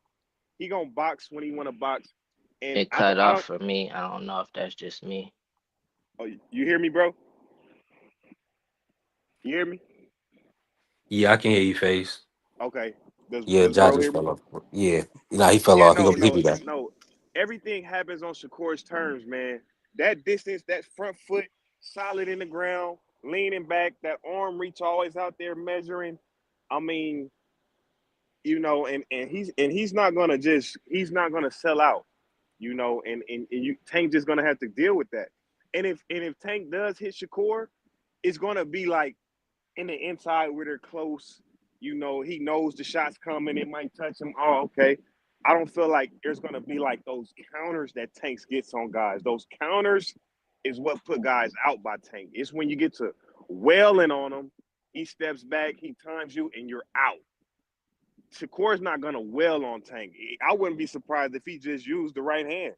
You know, maybe occasionally throw the left in there, but just jab, jab, move around, jab. You know, stand your ground, back him up a little bit, jab, back up. You know, and force Tank to look desperate. You know, I think he got that capability. I could see it going Shakur's way, like 60-40. But I think you said 10-2. The way that you just explained it, it sounded like a dude in there playing with a sparring partner, man. You know what I'm saying? And that's the picture that you just painted. Yeah, like And Tank, like Shakur versus Tio. Yeah, like yeah, Shakur, like, it could very well go that way with it ain't gonna Shakur be that type Stevenson, of man. affair, dog. I'll tell you that right now, man. Now, All I right. respect Cook on your it, opinion. coach. Let I him cook on the respect your face. opinion. You know, you say Shakur win. I ain't trying to change your mind. You know, he may very well win the fight. But like I said, I think the fight gonna be personal, man. You know what I'm saying? It's gonna be real personal.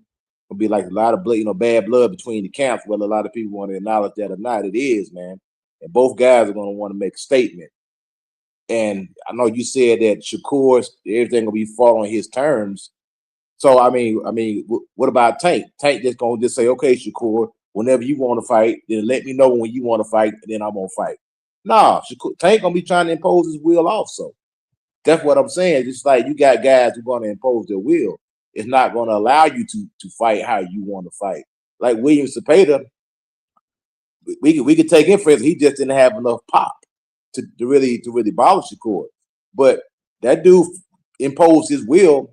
He imposed his fight plan on Shakur, whether people want to admit it or not. He did. He just didn't have enough firepower to bother Shakur. But William Cepeda went out there and he was William Cepeda. He throwed a lot of punches. He backed Shakur up. He had him in the corner. Yeah, he did hit a lot of elbows and a lot of shoulders and a lot of that, but he fought his type of fight. Shakur was not able to make William Cepeda not fight the way William Cepeda fights. If you want to keep it 100. But Shakur was just much better than William Cepeda. So that was the difference in the fight. Yeah, I think that's just another example of, Shakur showing different elements to his game. Like that showed me like that he was a dog, and that if it does need to get rough and tough, he can do it. Like I think beating a guy at their own game and he fights that way, I think that's I think that was a good exhibition for him. I mean, he fought that fight with, just trying to show fans like, I can fight in the pocket, I can counter this guy, he won't hit me with good shots. I can counter him. He'll touch me here and there, but I'll get the best of every exchange, But this is for y'all. Tank don't got a high volume. Like I say, Tank isn't physically strong and he's not big to physically, move Shakur to, he can throw hard punches, cut off the ring, and but Tank style, he likes to wait for you, and he likes to counter you. But I just think that he's not gonna be big enough, he's not gonna be strong enough, and he's not gonna be able to out angle and outpoint Shakur Stevenson. And if when he gets hit, Shakur's gonna get hit. When he gets hit, I don't think it's gonna be a devastating blow. Like I don't think it's gonna be something Shakur didn't see coming or he couldn't brace himself for. I don't think Tank's gonna catch him with something just ridiculous. Because the height, he's gonna pivot around this guy like that. That's a big disadvantage for Tank in this fight against Shakur. Just the height and the size and the strength is going to be big for him. If he wins, I already said that's some Ray Leonard, Tommy Hearns to me, because Shakur's just that good to me. Yeah, I'm with you on that. Go ahead and cook on the Jolly. Give an audio check, Ja. What's good? I missed some stuff. I just heard the Ray Leonard, Tommy Hearns. But they ain't gonna Now, throw that many punches as them though, and they ain't gonna fight no 15. yeah. Let anybody go Mhm. 15 with Tank. It's a It's wrap. gonna be about who pretty much who landed the bigger shots. That's who gonna win the rounds. What the I thing don't think about Tank? Shakur gonna be able Okay, to dictate though, where they saying everything gonna be on Shakur time. Like I understand why you would see it like that, but like Tank, his dictating go unnoticed, and no homo, I don't feel comfortable with the dictating, but like the control rig you good, generalship, you good take job, rig man. You cook. generalship is no, I'm just geeking. I don't care about that, but like take rig generalship is real quiet, it's silent but deadly. Yeah, said Yeah. I can't even explain it to a T though. But if Nah, you know, you know. you on point, man. Tank a hell of a fighter. He gonna be back. It's looking like he gonna be coming back to Pitbull Cruise, and then we'll see after that. I mean, hopefully he come back this June. The reports are we will be getting Tank back. Free, are you in I here? want. Is Can that I ask everything you Coach a hear? question real quick? I'm here. I just Yeah, want and absolutely, Job. free. Let me just I yeah, feel Free. like they What's didn't know. when is Tank? When is that potential Tank date? Is he coming back in June? Is that the reports? Yeah, he's supposed to be coming back Juneteenth. That's the date Okay, that they nice. looking to make his fight. With Pitbull Cruz. It's supposed to be Juneteenth. Um, so Okay, lock. we'll see if that holds up. Right. Because it looks like the case with Tank Davis is about to get dropped. They haven't charged him yet. He got arrested on January 29th, and roughly it's about to be 2 months, and they haven't charged him yet. So they about to throw the case out. So they have a certain amount of time to charge an individual once they've been arrested. They have a certain amount of time to charge the individual for the case. So it looks like it's going to get thrown out. So he's going to be free to do whatever he needs to do to get back in the ring. Hey, salute to Jordan Smith pulling up. Go ahead, Ja. So I wanted to ask free Appreciate and you, Free. Coach. I know it's somebody like Julian Jackson kind of remind me of it, but like who have we ever seen that got that similar type of sneaky power like Tank? Cause like Mike Tyson not, he was straight up. Like his power not even sneaky. But like the way Tank set up his shots and stuff, like who else have we seen in boxing history like that? Maybe like even George Foreman got that too. I don't know. But that's just a question. yeah, well, yeah, the G Man, he had good power, but G Man was more aggressive. Like Julian Jackson and G Man, those were more aggressive fighters. Tank is more calculated. Tank is kind of like a hunter sitting in the deer stand with that scope on you. Then as soon as you step out in the path, he just snipe you. Those guys came out, right from the round number one, try to get you out of there. That was their whole intent. They were very, very aggressive fighters. Tank had the way of using the fighters' aggression against them. Like if you really resume for resume, Tank resume is superior to Shakur's resume, in my opinion.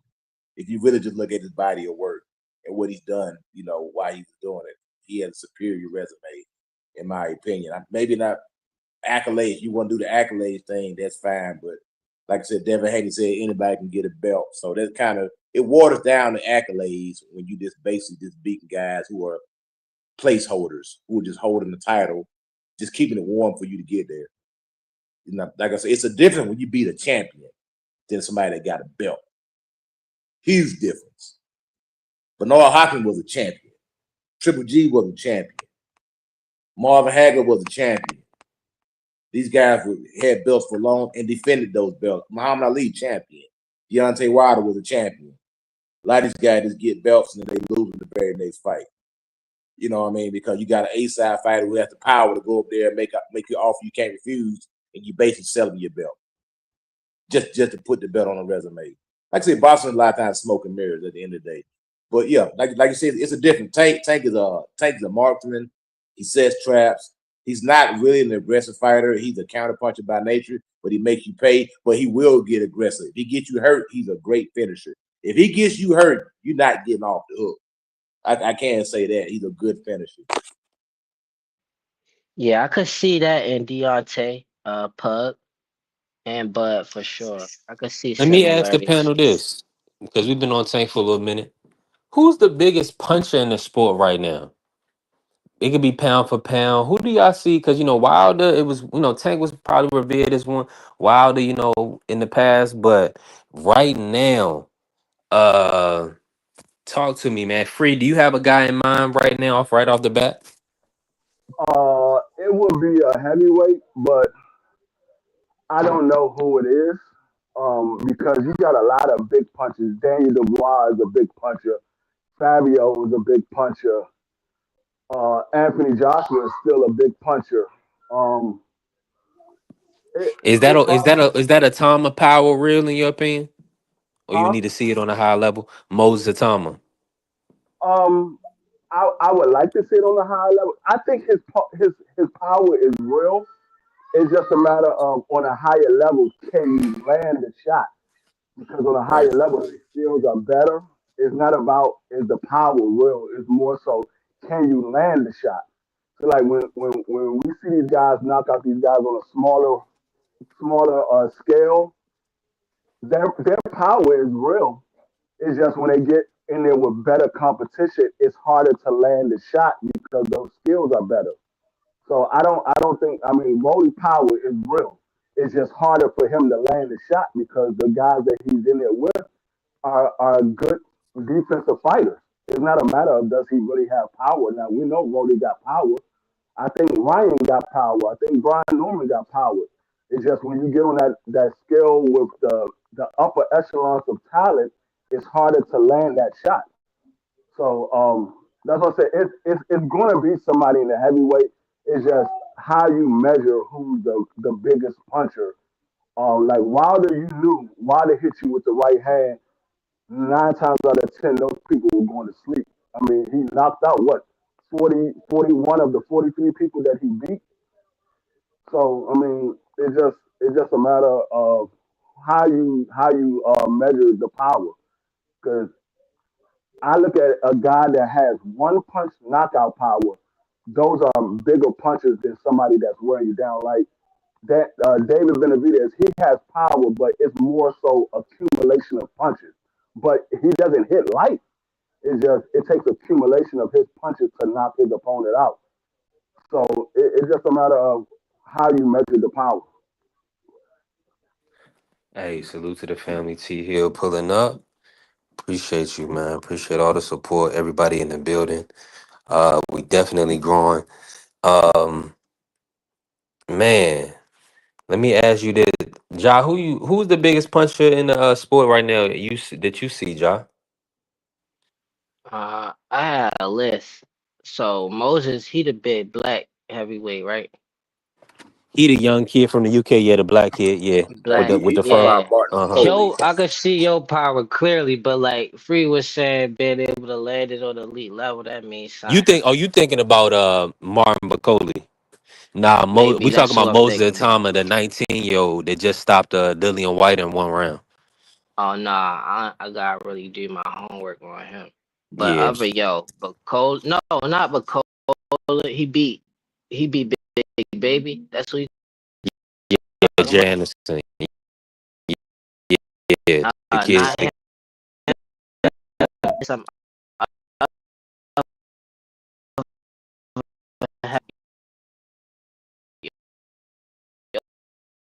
crazy.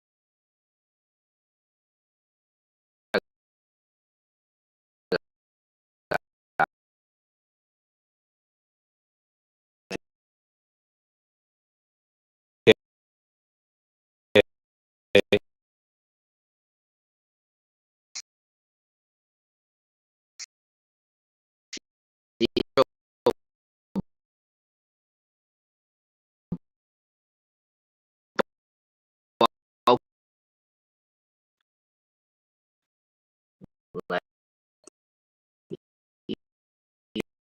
Daniel Dubois, man. no, not Daniel Dubois. I think he's still Where coming you though, but from? he just terrible. Africa, I think. Some heavyweight, I think that's her cut with the little like. Yeah, he from Oh, he a big. Uh, Channel Grow. We're growing. Puncher right now on the screen. Can't really think Right. Ah, Tan Wilder. yeah. I think is that's like more of not like are you talking about like one or just stopping dudes? Man, Wilder, Have you seen him fight? nah, man. But Yeah, you Chad gotta watch him Wilder is fight, Joe. wild. He's a lot like Deontay. He really got a right hand and nothing else. And he about to fight Daniel Dubois coming up, Ja. yeah, he about to That, get that that stopped. Cuban fighter, that 168, Inglacia, he's a good puncher.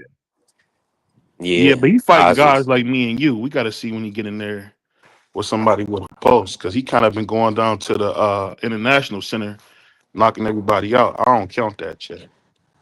Um, dang, I can't think of nobody offhand, but I'll say this: I heard y'all talking about Rolling and Dev. That's really that's. I hate to say this, but that's another super overmatched fight. I mean, Mm. Devin gonna win that fight easy. That's not even a competition, even with Ishmael, because you're not gonna learn new things overnight.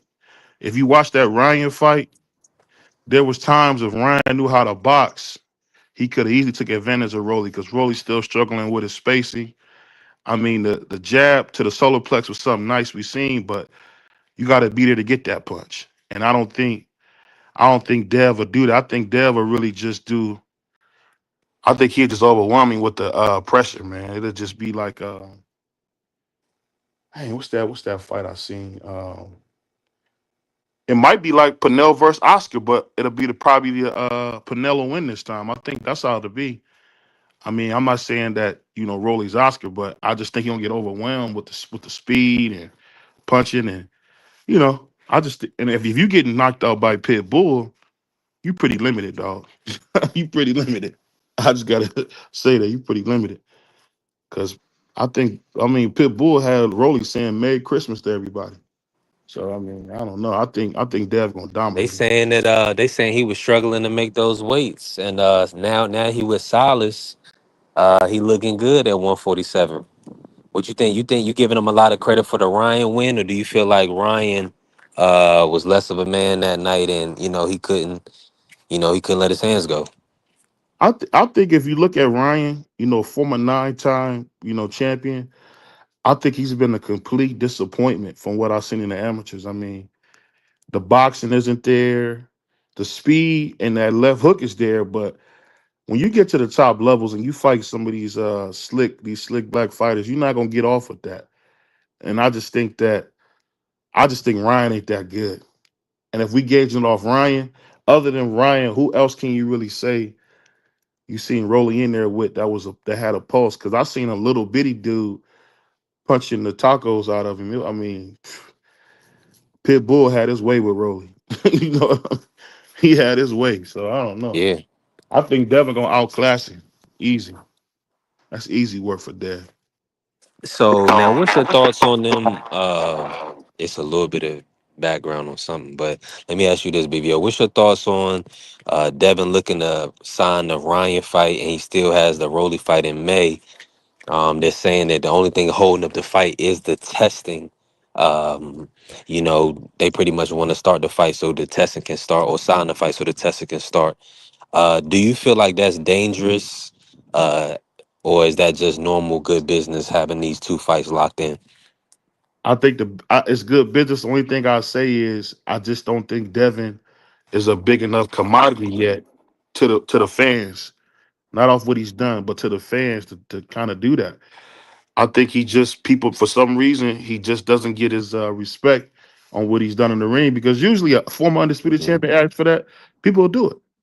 But when it comes to Devin, and I think it's because of his father kind of doing so much of that clowning around, people don't realize Devin's a serious fighter, man. So I think he'll beat Rolly easy.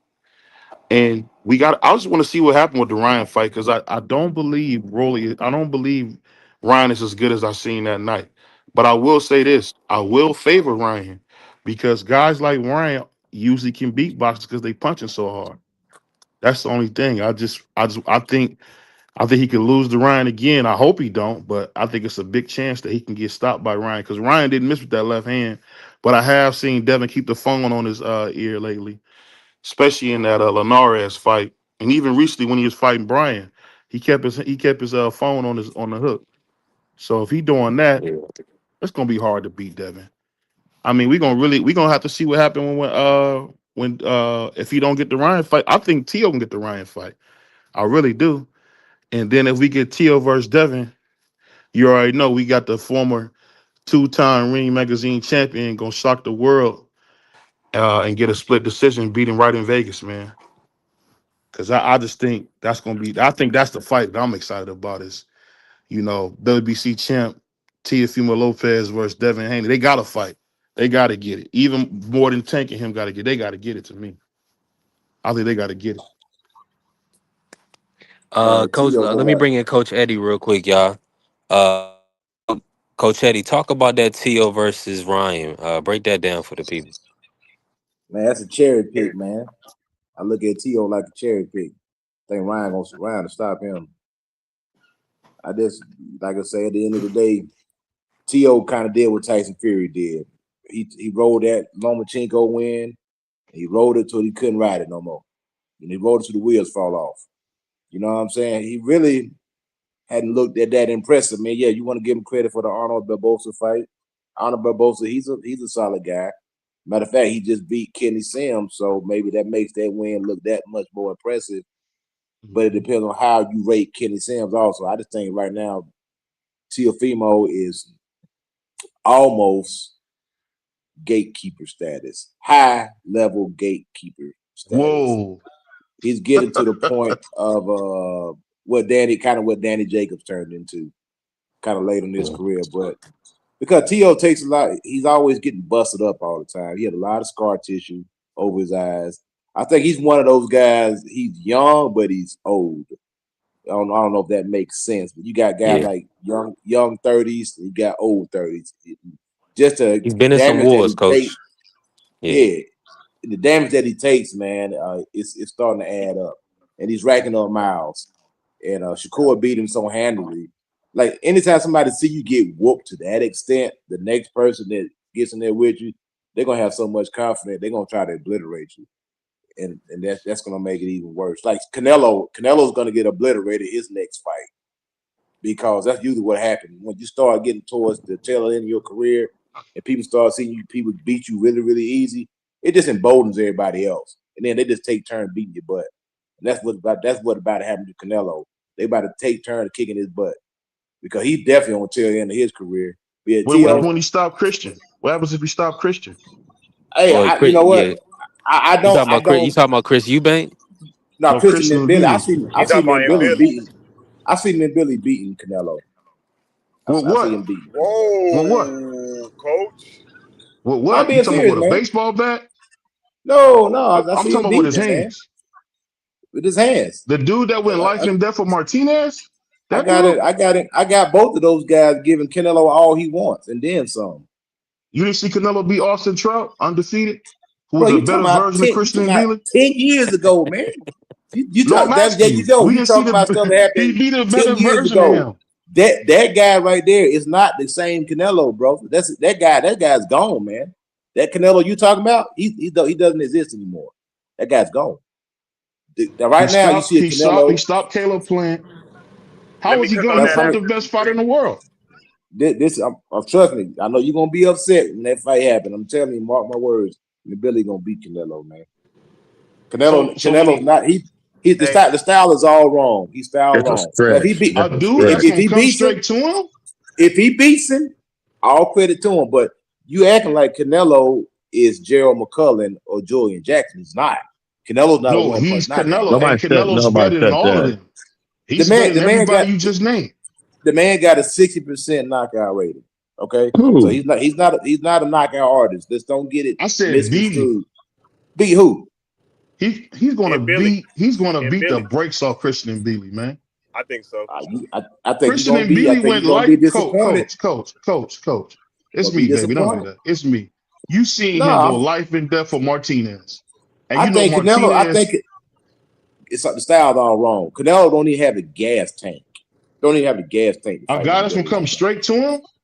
He don't even. He much bigger Canelo guy. beat those I seen. Mexicans. Hold You know on. that, right? Listen to me. I seen a guy in Canelo who was hesitant to even step close to William Skull. He was hesitant. And William Billy doesn't Skull, fight. And Red? Billy don't fight like. You are looking at a guy right now who is a multimillionaire who's sleeping in silk sheets, who drinks and parties and is on his way out. He's going to lose. Didn't Coach, Man. Oscar show you that that's coach, not true? coach, Didn't coach. You have Oscar to, already show you that's not true when he beat Fernando Vargas? coach. Hold You on, can't big do dog. that. Big dog. We got hold on. We got one He question. I want to bugging. bring He Big bugging Dog over Willie there. in, member of the channel, supporter of the channel. I'm about to move around just a little bit. We got to keep the audio good for the playback and also for the watches, so we can keep building.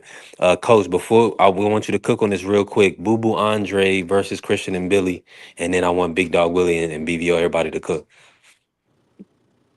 Difficult style. Christian McBilly is a difficult style for anybody. The way he fights, man. The guy throws a lot of punches. Seem to take a good shot. If you're not in shape, you ain't gonna win. Now I got Boo Boo beating Canelo all day. That's easy work. McBilly is a different fight. He's a Mexican? tough fight. A Mexican. What are you talking about? That's Canelo what Christian freaking almost McBilly is, a 37 black years Mexican. old, man. BBO. And he's gonna beat him like he's 15. That dude that you talking about don't exist anymore. He's done, bro. Did you see Muhammad Ali come back and beat Spinks? Okay. Hold on. Okay. Let's not get out of control here now. Like I said, This is I'm riding with crazy. Andrade all day, man. I'm riding with Andrade all day. Okay, But- can I jump in, Coach? Coach, Yeah, What? cook Big Dog. yeah, okay, Coach, come on, man. First you had Canelo and Billy just whooping Canelo up. Man, you know better. Canelo, you think he is? It's Canelo. I know he's That dude's older. washed up, bro. I know he's washed, not man. washed. Last fight he fought Terrence Crawford. He didn't fight no bum. He fought the best pound for pound fighter in the world. He's not no bum. And Billy's nowhere near that. Different style. There you go again. So this is the problem. You guys. And Billy doesn't fight like Canelo. I mean, you guys Billy can don't fight like. conflate- Hold on. And Billy don't fight like Crawford though. They're two different fought like fighters. Munguia. Exactly. They're He different fought fighters. Munguia. And what did Canelo do to Munguia? McGee don't fight like Crawford. McGee don't fight like Crawford. No, McGee don't fight like Billy. He don't fight like Billy. No, they don't. Straight forward. Coach, Man, Coach, you don't let me know say what you're this. looking at. Man, You man, looking Billy at his fights skin like color. Joe Frazier. He fights like Joe Frazier. What does Hey, Joe Coach. Frazier fight? Like a Mexican. He comes straight forward. What are you talking about? Joe Frazier fight a little bit different, but Hey, real quick, Big Dog Willie.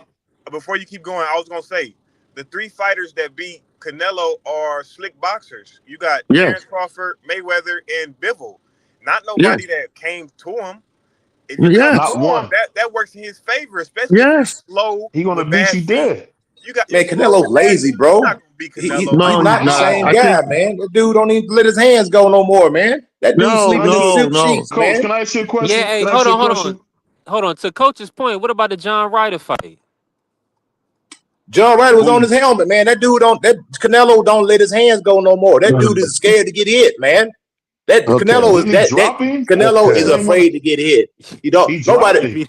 He beat him. They went all 12, but What about the he Jamal said he Charlo? he said he did that for his fans. Man, he was in Mexico putting on a show. He carried the brother. You What are did you carry talking him. about? He did He carry him. carried him. He carried him the whole fight. Because he He was did in carry him. Mexico in the mountains. He wanted to put a show on. I put like this. What about Edgar Berlanga? What Edgar Berlanga. Put him about on his Berlanga? pockets. What happened Put with him on him? his What happened to him? pockets. Okay, and Hamza Shiraz knocked them out. So what are we doing here? Canelo's not pressed for knockouts, and you know it, Coach. You got to press for a knockout. Because he ain't the same guy. That's what I'm trying to tell because you. he's He's trying to not the carry same. dudes. He carried a couple of dudes. No. The He dude is a been putting multi-millionaire. dudes on his back. The I dude's a thought. Hold on. multi-millionaire. Only Hold on. fought What happened to? Fernando. Hold on, y'all. Hold on. What happened to? You don't get paid for overtime, Coach. What happened to that? That's because they capping for this dude, man. The dude, the Canelo is on his way out. The man is pretty much 37 years old. He's a multi-millionaire. No, he's he not. don't He's let his hand. 35. He'll be 30. He's pretty close to 36. He'll be 36 by the time this fight happens. And anyway, he's an old 35. He's an old 35. He's 35. He's born in 19. He's an old 30. He's an old 35. He's up in the age. Just up in the age. All 35-year-olds are created equal. They're not. Coach, let me ask you this. So if Canelo had waves in the beard, you would feel different, huh? Bro, the man, I don't know what you took. The man don't let his hands go. The man don't let his hands go. The man don't throw punches like he used to. Bro, you got to be you got to be blind. You go watch Canelo back in 2017 and look at him now. It's a totally different fighter. We know that. Totally different fighter, bro. He's been whipping people's asses since then. Can't be Baby Brown no more, where he was dunking from the free throw line. This man don't throw punches like he used to. He don't let his hands go. He's hesitant. He's afraid of getting hit, which he should be. He's not the same guy. He don't have the eye of the tiger no more, brother. I'm sorry. No, he don't want to stop guys no more. He don't have the eye of the tiger him no more. That's a fact. He don't have the eye of the tiger. Coach. Canelo can beat a lot of people. He might not stop it, but he beats people up handily. Yeah. Bad. So it's not like bad. People want to quit when they fight that dude. So man, Billy's a bad style matchup for him. No, man. and Billy comes straight at him. Man, the only people he loses to Mexican with a fade, bro. He gonna get beat dead. He bad, man. He bad style matchup. Bad style. No, but only people that beat him are people who are slick movers that can box better than he can. And Billy's not boxing like Bilbo or like Mayweather. Billy's nowhere near boxing like that. Coach, you just don't like Canelo. That's all it is. Yeah, that's what it is. Yeah. And I'm gonna tell you what, you would have found this. You would have found from the hood. You would have found this out a lot earlier. If Canelo would have fought Sergey Derevyanchenko, you would have found this out a lot earlier. He would have had a tough night to offer with him also. The one that Jamal beat to death. That dude. What is Canelo's knockout rating? Hold on. It's not about knockout rating. Hold on. Did Canelo fight Triple G? 60% out of how many fights? Coach forgot about that. Y'all go. Y'all living in the past, brother. That's not the same guy no more. Hold on. You living in the Didn't he past, pop man. hot for Triple G too? What you said? Funny, man. That was OD. My bad, y'all. That was you did right. Now you speaking facts. So now we've been dealing with a potential drug cheat off. So let's keep everything. Let's keep all our cards on the y'all table. being racist now. Now y'all racist. Nah, this the drug testing show. Hold on. We ain't racist, man. That's racist, man. You don't bring up Roy Jones being on drugs. Whoa. You want to bring it up on Canelo.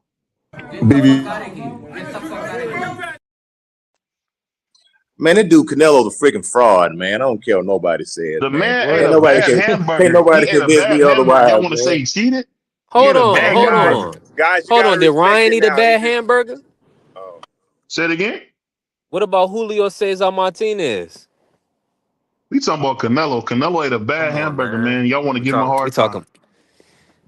That could eat touch stuff, man. Make them beautiful, nothing but a weight cutter, man. I like how y'all do that. Yeah, if it didn't help, they wouldn't they wouldn't say, we gotta at least raise the levels for them, just in case. I mean, they banned deer antler spray. You know what I mean? That's just what they do. It's always something they want to ban. That's just how it goes. But, you know, like I said, if Canelo had waves in the beard, a lot of black fans would like him more. Y'all just don't like the red hair. Nah. You know, we're not gonna do that. If he had waves in the beard, he would just be the best fighter in the world. But because he doesn't, you just validated what I said. I'm like, you just validated what I said. If he had waves in the beard, he'd be David Benavidez, and he would stop him. No, he's never been a scared dude. He's never been scared. If Canelo was a black fighter, he would have got the opportunities, brother. Oh no, I don't know about that. He could fight, but all I'm gonna say is this: Canelo can fight. if you Yeah. you said he Yeah. never been a scared dude, what did when he said David only brings 25 pounds to the fight? What did that sound like to you? Was he lying? Nah, it sound kind of scary, Man, right? stop deflecting the answer to the question, man. But what did he say? I'm not fighting Joe Bataille. We can't talk about and I don't want to disrespect him. I Don't just come back talked to on. his Please dad. don't come back on this shit no more. We don't want to do it, man. We don't want to do it, man. This You still dude, got the David job. You still on Benavidez, the job appetite thing. Come on, man. man, when he beat him Man, dead, Willie, I want you to stop. I man, want you to say that Canelo the stuff when he beat fraud, him man. dead. Canelo the fraud. Virgil A Ortiz fraud the how? fraud. They ain't nothing but a bunch of ducks in the He's one of pond, the man. top 10 Quacking, fighters of man. this era, man. What do you mean he a Canelo's not a fraud? fraud, man. Coach, you're going That's too far. crazy. That's a fraud? That's nuts, man. That sounds like somebody on Boxing heroin fans are talking like that. hilarious. I don't like that dude, man. The I only know reason you don't he like get, him. Just only say that. Say you don't like him. Say you don't like him. the only reason he got the opportunity because he is white, red, and Mexican. If he was black, They they didn't wouldn't say even you talk said about it this about dude. Ray Canelo- Leonard. You said it about Ray Leonard when he got all them Canelo's a opportunities. good fighter, man. Canelo's a good fighter. Let's not If fake on it. Canelo was Canelo's a black, really good first of all, fighter. I'm gonna tell you Canelo is why. a Mexican James Tony, man. You got to If stop Canelo that, was man. black, he Oh, wouldn't now even BBO, now got you the going too far now. opportunity. He wouldn't even got the Wow. opportunity if he was black. Hey, He coach, wouldn't even got the opportunities if he coach, was black. coach, you gonna hate this. I got Canelo beating Marvin Hagler. Okay, Man, no. you smoking that good stuff, man. No, you smoking on that, heroin, man. That sounds crazy. you Take his smoking arm. that good stuff, man. That brother talking crazy. Yeah, Hagler beat Canelo dead. that's not even trolling. That's kind of hurtful. That's hurtful. You can't say stuff like that. Yeah, That's kind of Hagler painful. beat Yeah, Canelo That's like dead. calling. I put Roy Jones, man. He'll demolish Canelo, man. Roy had beat everybody at 160 of all time. Roy had beat Sugar Ray Leonard. He had beat I don't think- Hagler. Nobody can I beat don't Roy. know. I don't know. Nobody Hagler can don't beat get Roy at knocked out. 160. Hagler don't get knocked out. He gonna get Hagler knocked can out take- by Roy. Sure. No, he you won't. Take Bernard Hopkins would have beat Canelo. No, he had beat B Hop. B Hop got Man, beat you by out some your cab mind, drivers. man. B Hop would I have don't took know that about clown that to either. school, man. B-Hop Didn't you was see Canelo to B Hop school, say he'd never man. get beat by a white boy when he fell out the ring? What are you talking about, man? Oh, that was like Hey, bro, what you talking 55 about? years old. Go You pick talking him about up, an man. all-time great, man. Canelo an all-time duck, man. The man been ducking his Oh, whole you career, know, man. so Canelo. So let's go through his resume, coach. Since you Oh, here we the go. biggest Oh, hater. here we go. Let's do it. Let's do it. We gotta go through his resume then. Canelo done fought if I put it like this, if Canelo beat everybody he fought, he might be the greatest of all time. Man, stop the Okay, cap, okay, man. okay, okay. So Why if he he never beat say Andre Mayweather, Ward name? Why he never say Andre Ward name? He's No, that's true though. I clowning. agree with that. If he beat everybody he fought, he probably would be the GOAT. ain't no problem. You're right. He's the GOAT. If he beat Terrence, Floyd, Bivol, greatest of all time. It's gonna always be a couple pickaninnies that's gonna say different, but It's no if you argument. beat Man, you being It's no argument derogatory, at all. man. Come on, man. You doing too much. Come on, man. This ain't the monkey show. Hold on. He gonna stay in the big house? Well, you got a problem with that? I went on D like my man. I went Whoa. on D like me. Right? Well, you got a problem with that? Yeah. Hey, That me, was who's wild. that guy on that nag, man? Yeah. I asked you, who this nigga on that name? And you know what? No, I want that in Billy Canelo fight because I just will have to figure out if I'm gonna bet the knockout or the decision with Canelo. But I definitely got Canelo like 80-20. Don't bet the knockout. You bet the Don't knockout, bet the you're gonna lose your knockout. money, You'll man. lose your money. Yeah, don't bet the knockout. Yeah, I don't know about betting the knockout. But B3 was saying, who do I think one of the biggest punchers in boxing is right now? And the first thing that came to my mind was Devin Haney. You know, Okay. Punches. Okay. Wow. Okay. Hold on. Pickle Willie. Go over talk each other. Big Dog Willie. Hold on, Big Dog Willie. Okay. Devin Haney been knocking dudes down, getting the knockdown of the year. Wow. What a pickle fool. And he's just been hurting guys, and I feel like he's just getting stronger and stronger, you know, as he's moving up in weight. When I seen him hit Brian Norman Jr., I went in a shock. You know, that's how I know Brian Norman did too. So you know, Devin Haney, definitely one of the elite punchers that I see coming on right now. Did you go in shock Hey, hold on. when he got knocked down? When Brian got knocked down before, but was it Buka Chica? Yeah, that was I wild. think he punched the shit out of Tilly Ryan with pretty this. good too. When Ryan was hitting his gloves You talking together. about the one where Ryan started laughing in his face and then knocking down? Stop, man. Yeah, that was all drugs. Yeah, that was all drugs. Hey, and then I don't know. I'll put it like this. If we being honest, it definitely was drugs, but that left hand didn't miss. That's a fact. That left hand didn't miss. That game plan that And Devin came up with was terrible. That was a terrible game plan. if he would have kept boxing with it, he would have won. But I mean, he just kept getting swatted. I mean, No, but he didn't. just But put it he like was. this, bro. Like, He didn't you try know, to box. if you hanging out with a girl, right, and you know, you pop a blue rhino, you know, the gas station little pills, and you about to go link with her. Oh, you got way more confidence now because you know you already got the blue chew. So See, I've never been like I'm a gorilla. I'm always ready.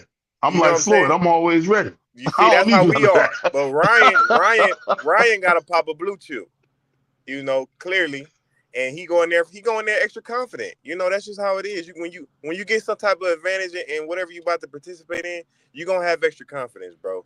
That's why he was just standing there, waiting, no energy, you know, no stamina. You know, he just knew he had an advantage. Hey, bro, I gotta give you your credit. You a star, man. I've never met a shock jock like you. Shout out to you, bro. You doing your thing. My man said Devin Miles Haney is the biggest puncher in boxing. Yeah, I give him top five. Devin's gonna pass out the way you pickle pulling, man. I got Devin Haney beating Canelo. I do too. Okay, Coach. okay. You guys, hold on. What you're saying? I got Devin Haney beating God. Hold on. But you guys saying has consequences right now. You're gonna have one of them Haney fans hear this channel, and we're gonna be hearing it for the next 3 weeks. How this guy and somebody on another channel said this about Devin Haney, and they will run with it for the next month and some change. Please I'm gonna don't do a do video that. on this. My man said Devin Please. Miles Haney is the biggest puncher in boxing history. Oh yeah, he's Beautiful. rattling. He's rattling. Beautiful. He's rattling. Beautiful. For sure. Yeah, because Beautiful. the Haney coat will pick it up, and it'll be all over. I don't think I can come on. I'm with Coach. What do you think about that, B3? You an OG Haneyite. What you think about that, B3? Man, he said the greatest puncher in boxing. And I got him beating Canelo like Coach said. Neck like Mike Tyson. Yeah. Yeah, you got starting something. You're gonna regret this. Watch. Hey, then I'm gonna say it. If he's saying that, I'm gonna say Abdul Wahid is the greatest lightweight of all time. Who the hell's Abdul Wahid? Hell no. Who's Abdul Wahid? Definitely top 3 though. Hey, No, hell no, hell no. Ramadan Kareem, man. Shout out to all my brothers. That's Tank Davis. You're talking about Tank Davis. shout out I'm to talking about Abdul Wahid. Hey, John, this is the only thing I say. John, we can't draw. You have to be. You talk about how Tank set up his punches, but I feel like it's all predicated on his opponent's carelessness. He lures them to sleep playing this little guy that's just running around the ring, don't really want to engage until he does. What's the difference in somebody else who win a fight? I don't see the difference. The difference Everybody is, win a fight, and their opponent make a mistake, then the other person gonna win. I don't get what you're talking about. The difference is, I think, is the maturity of the fighters that he's fighting. That's what I think. The maturity of who he gonna fight that's mature though. Face, man. There's a lot of fighters out there. There's a lot of fighters that are mature. I feel like Keyshawn is more mature than you could say any fighter that he'll fight that we want to see him now, fight. let me say this. Let me jump in real quick, y'all. mature than him. Go jump in, and I'm gonna let y'all cook. The only thing I'm gonna say, because I moved. The only thing I'm gonna say on it is this, BBO. Now, when Devin started lining Norman Jr. up for that right hand, if he would have been able to KO him, then I would be right there with FaZe. But yeah, man, you gotta with the follow up, man. Yeah. When you landing them hammers on the follow up, you got to be able to get him out of there. B3, but did you see it was what the old left heads hook? tell us? B3, if it was a fifth, we all be drunk. It's that simple. But did you see the left hook? The left hook. Yeah, it was nice. It was nice. It was nice. You talking about Devin Haney? Oh man, yeah. Hey, I pray to God I get a supporter like you, man. I gotta get a supporter like you, man. Shout to you, man. Hey, I gave that Shout the to you, knockdown bro. of the year. I gave that the knockdown. Now there's a such thing as knockdown of the year. Oh yeah. And shout out to KJ pulling up, man. Appreciate you, That'd be KJ. dope though. Knockdown of the year. I like that. No, that would That's not be what I dope. That said, would Yeah. not be man. Why dope. Knockdown of not? the That was year, a That's man. all I'm and I That would not be always saying. bet dope. early knockdowns phase, and I missed that one. You know I'm sick. I'm sick to my stomach. Well, with the knockdown. Oh, you missed that Yeah, because knockdown? I bet the early. I bet Ryan. I caught that Ryan. I bet Ryan 1 through 3 to knock down Barrios. It was like a plus 900. I don't even think I got a chance to look at it on that Devin fight, but I know his would have been like plus 3,000, plus Yeah. 4,000. Brian So I Norman was missed the it. So I'm sick to Terminator, my man. stomach. The Yeah. Who second says round drop. who? Brian Norman was the Terminator. You thought that over? You thought Devin was going to lose to Brian? Oh no, but I'm just saying that's what he was perceived as. He had all them knockouts. No, in he a was year. not. Oh Yeah, he man. Yes, he was. was. They They kept had Yeah, the Yes, he saying KO was. of the For a knock minute. Yes, year. he Devin out. was. Yes, Man, he all was. these For a people minute, he said was. that. I know. Is it was that the MG Grand or whatever? It wasn't like that. It wasn't like that on the vet side. I know Yes, for it the was. pickle Stop pool. it. Stop it. Stop it, No, Big it Yo. was Because you not. know It was like what was 1 and it? Then tell 3. me what the odds were for the fight. Then. I gotta look it up. I don't have it right hand. All right, I'm so sitting at my let me desk. tell you what the odds were. Let me Tell tell me. you what the odds were, and I'm gonna ask Coach because Coach know this. Coach, the betting lines for the Devin Haney versus Norman Jr. fight. Who was the underdog starting off, and who was the underdog up until the fight? Devin I believe Haney. they had Devin the underdog, and I think it switched towards the end. Nice. Closer the fight got, tighter the odds got. So, And so pretty much it was a 50-50 fight or even fight. That's what I'm saying. So yeah, nobody was assuming that Devin was going to just outclass or just dominate Norman Jr. It was perceived as a 50-50 fight to the point where Devin was the underdog as a pretty much going for his third division. Let me For the just say whole this, time. B3. B3, let me just say this. And this is no offense to anybody that just started watching boxing. Me and you knew Brian to have a chance in hell. And I talk to B Norman all the time. Me and you both knew he had no chance. What my man Vince McMahon said, no chance. He had no chance to beat Devin Haney. This is a dude who dropped Jimmy Sasaki, who was very limited in his experience. Buka Chica put him on his tail. I mean, you can see the holes in Brian. Brian Norman needed somebody to punch him in the mouth. I think Rolly would have obliterated him. Now, let me No, no, ask Rolly you would no. have this: since you're saying obliterated him. that, I gotta ask you two things. In your opinion, do you foresee Brian Norman being the two-time world champion? And then give me Tiger Johnson versus Brian Norman. How you see that fight? I would say I don't see him becoming a champion again. I don't think he'd beat any of those guys. I don't think he'd beat some of the contenders that's coming. Tiger Johnson, can he beat Brian Norman? I think so, but it'll be a very tight fight because I know Tiger's still learning. Even with the fight against the Dominican kid he just had, he still has some holes. But I think Brian Norman Jr.'s power is a little bit overstated. You got to stick around to get it. Now, if you're gonna stick with your feet in mud and come get it from me, I'm gonna be honest with you. And I've loved the come forward fighters, but they're limited in the fact of all he can do is come forward. Devin showed you if you back his tail up, he's not doing nothing going backwards. Most power punches are not. Look at Deontay Wilder. Anybody you want to name, not many power punches are doing nothing going backwards, unless they're great counter punchers, which is rare. So all you got to do is back Brian's ass up, and you got an easy win. That's it. Hey, B3. Talk to me. I got Brian Norman in a vicious knockout victory over Rolly Romero. And I got him knocking Ryan. He might knock Ryan out too, to be real, bro. Brian Norman With what? I think he will be champion again. I think he'll beat Rolly will be Pitbull over again with Rolly. With Ryan, I think he catches Ryan. And he could beat anybody up there except Devin, the Dream Haney, I definitely got Brian. You're not Norman. beating T.O. I don't think he beating Stanionis. Now let me ask Big Dog this real quick. Big Dog, is your expectation that Top Rank sticks with Norman Jr. and gets him another world title shot? Do you believe that they believe in Norman Jr.? I think they believe in him, but not like everybody else. I mean, I don't know. I think if Teal goes up there, his boxing skills are not that great. So I think that you know what? I think Teal, people that come forward towards him, Teal can outbox him. Easy. Teal can. He's a great. I mean, Shakur just all wrong for him. I mean, Shakur just better just in general, but Teal can fight off the back foot pretty well. I mean, So I don't know. Do you feel like it was a good? Do you feel like that was a good decision, choosing Shakur instead of fighting Devin Haney? Do I you think feel like He didn't for choose him. Tio? he didn't have a choice because Oh, he he didn't have a fucked up the choice. relation. Yeah, he fucked up the relationship when he turned down Devin, and then he had to fight Listen, somebody because they put him on the shelf, and then the only person else he could fight is one person he shouldn't have fought.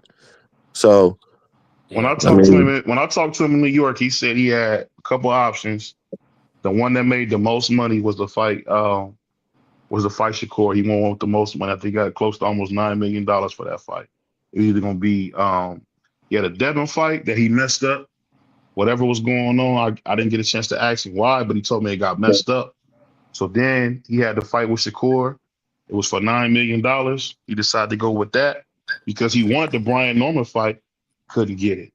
He wanted to get the Boots fight, couldn't get it. So it was just, I'm gonna be honest with you, and this is when me getting a chance to talk to Tio now. He knows who he can beat. That's why he was calling Boots out so hard, because he knew Boots would come right to him. And because people don't like Tio's personality, they forget Tio was special going backwards. Just like Danny Garcia is special going backwards. So anybody that's gonna come get him, getting their ass whooped. That's what Shakur said. What Shakur said? He's unstoppable going backwards. I'm not gonna press him. And he just didn't. He just kept him right in range and destroyed him.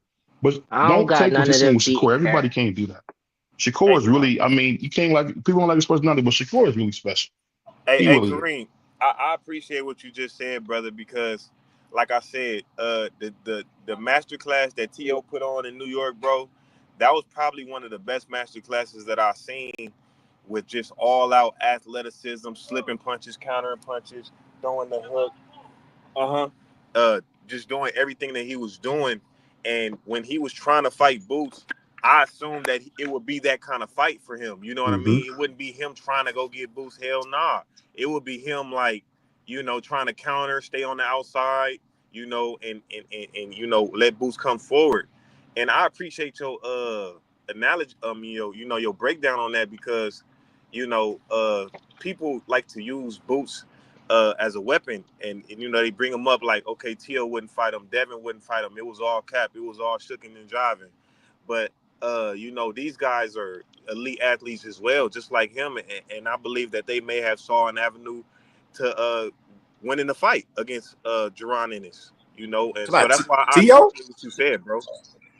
Yeah, I mean, because I'll take this from Man, my none of man them YSM. can't He said even it beat best. Karen. Man, The T.O. thing would that have people got Karen don't know. stopped. beating Boots. T.O. would have got stopped. Boost would have Hold on, stopped hold on, T.O. hold on, hold on, coach. We not listen. Take his personality out of it. Sometimes you got to do that with guys, because if you think about Rolly, right, the only reason Clarissa Shields is saying what she's saying is because Rolly's known to have a silly personality. You take T.O. away too Rolly's little, bro. personality, no, T.O. too listen. small for Boots. Too It's small. not Boots about. It's got not stopped. about. It's not about. It's not about height, because Floyd was always Man, small. Boots would The have fact, punished this dude. What are you watching? This but is he the same couldn't. dude that went But let me life and say. death with But let me. Steve Claggett, man. But let me This ask you man went this. life and death with Steve Hold Claggett, man. on. Y'all sounding crazy right now, Hold bro. on. Didn't Boots go life and death with Karen Luka Doncic? No, Didn't you see that? Carrying the no. BTO. I mean, Hey, so the hey, thing is, I'll put like this, because I talked to my dog about Boosie. I think Boosie's gonna do well. I just hope that he get his opportunity, because I'm not going, because I got I'm building a relationship with him. So I'll just say this: Boosie's gonna get his chance.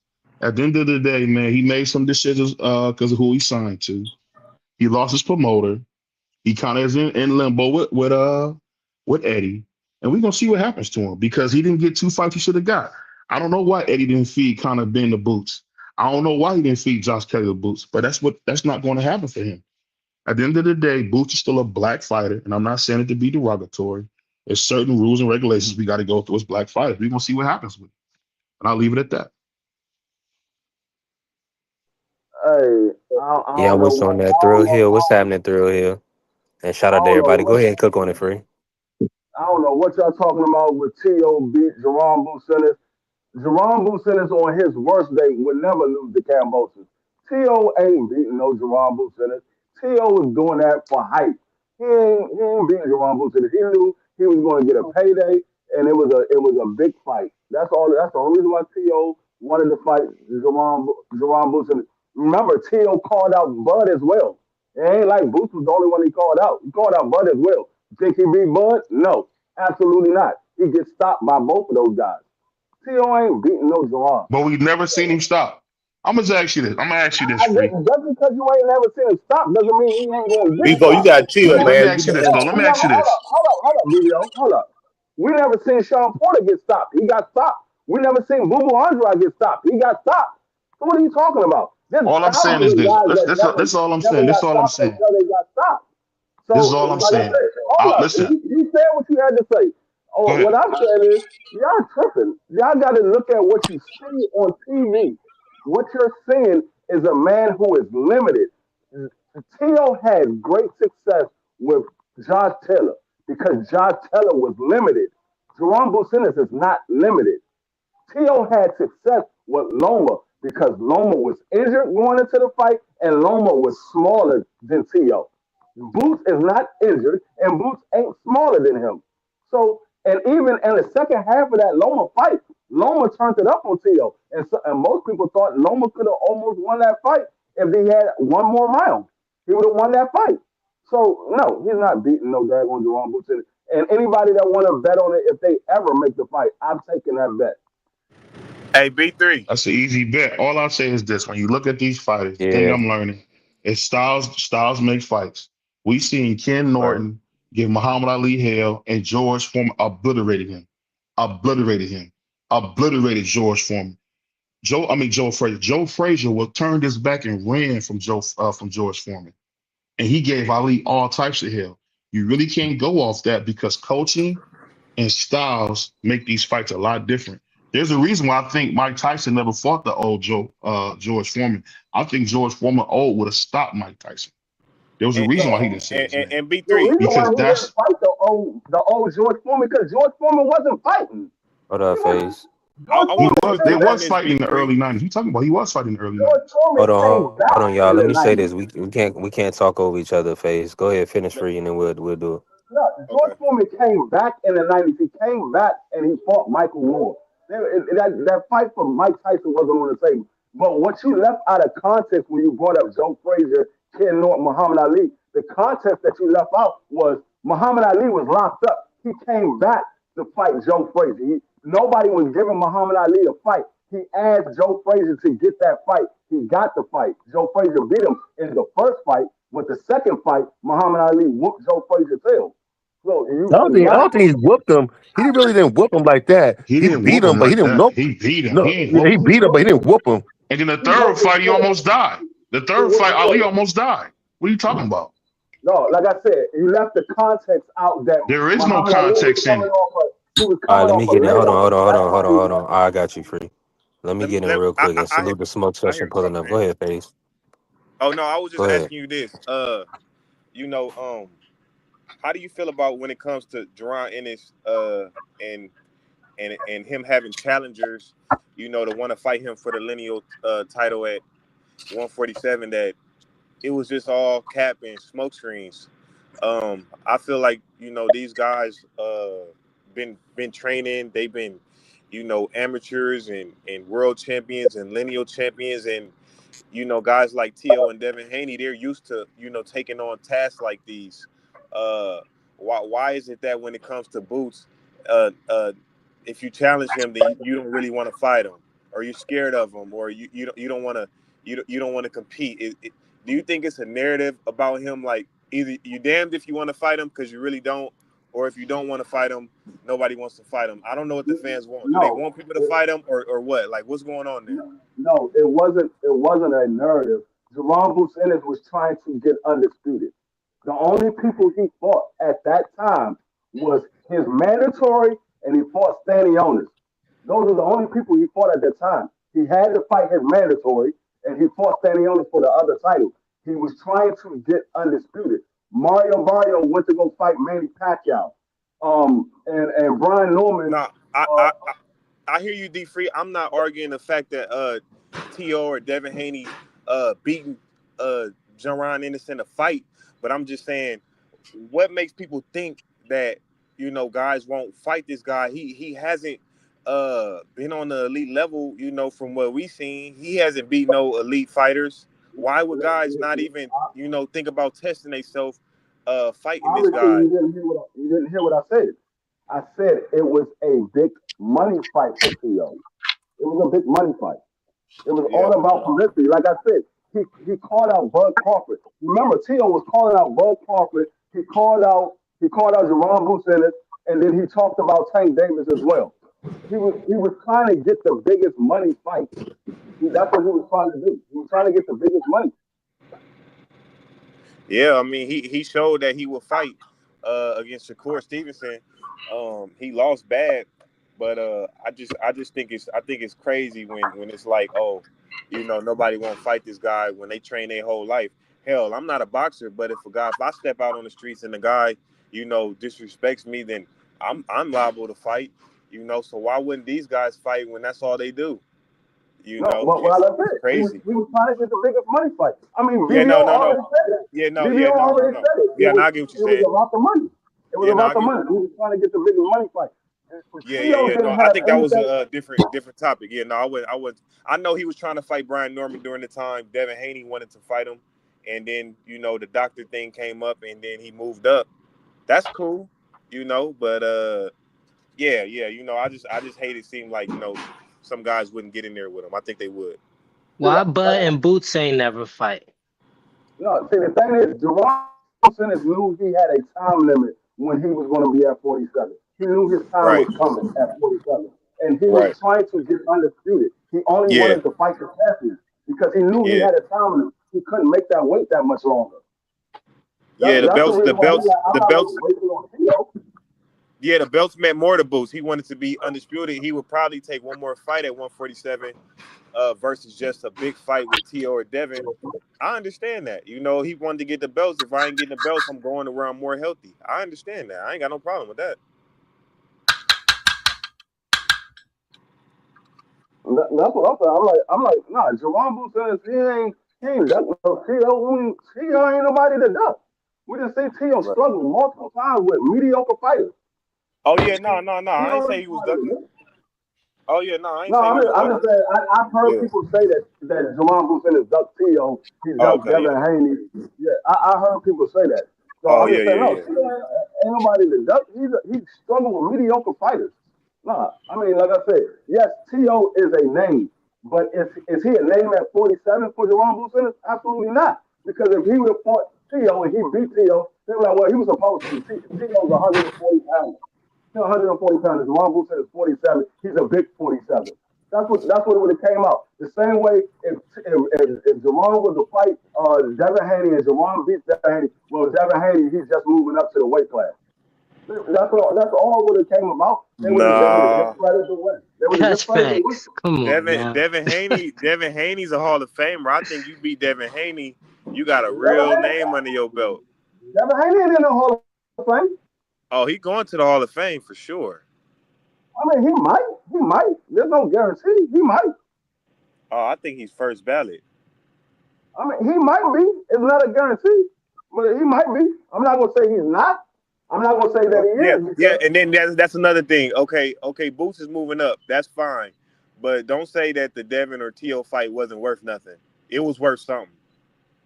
I didn't say it wasn't worth anything. I said T.O. was looking for a big money fight. I Yeah, didn't say it yeah, yeah. wasn't worth anything. No, I because said you're trying to T.O. put Steve. You're was trying looking to for a say big like, money oh, fight. if he beats Devin or T.O., then it's gonna be an excuse. No, that's an accomplishment, brother. No, I said the That's people would say facts. the people would make an excuse for it. They do it every time. But if they lose to When if they Jerome, but hold on to second that if they beat Mm-hmm. Jerron Ennis at 147 when he said he was gonna move up, there's gonna be an asterisk beside that too. It's gonna be Yeah, either way. he would have Either got So way. either canceled. way, Either yeah, way. because like this brother couldn't make weight, and then we see all these other people that's pulling out of fights. I He go I through it give and you have I a give you bad one day. Come on. I give you one better. Let's say Jerome Booth does fight at Devin Haney, and Devin Haney beats Jerome Booth.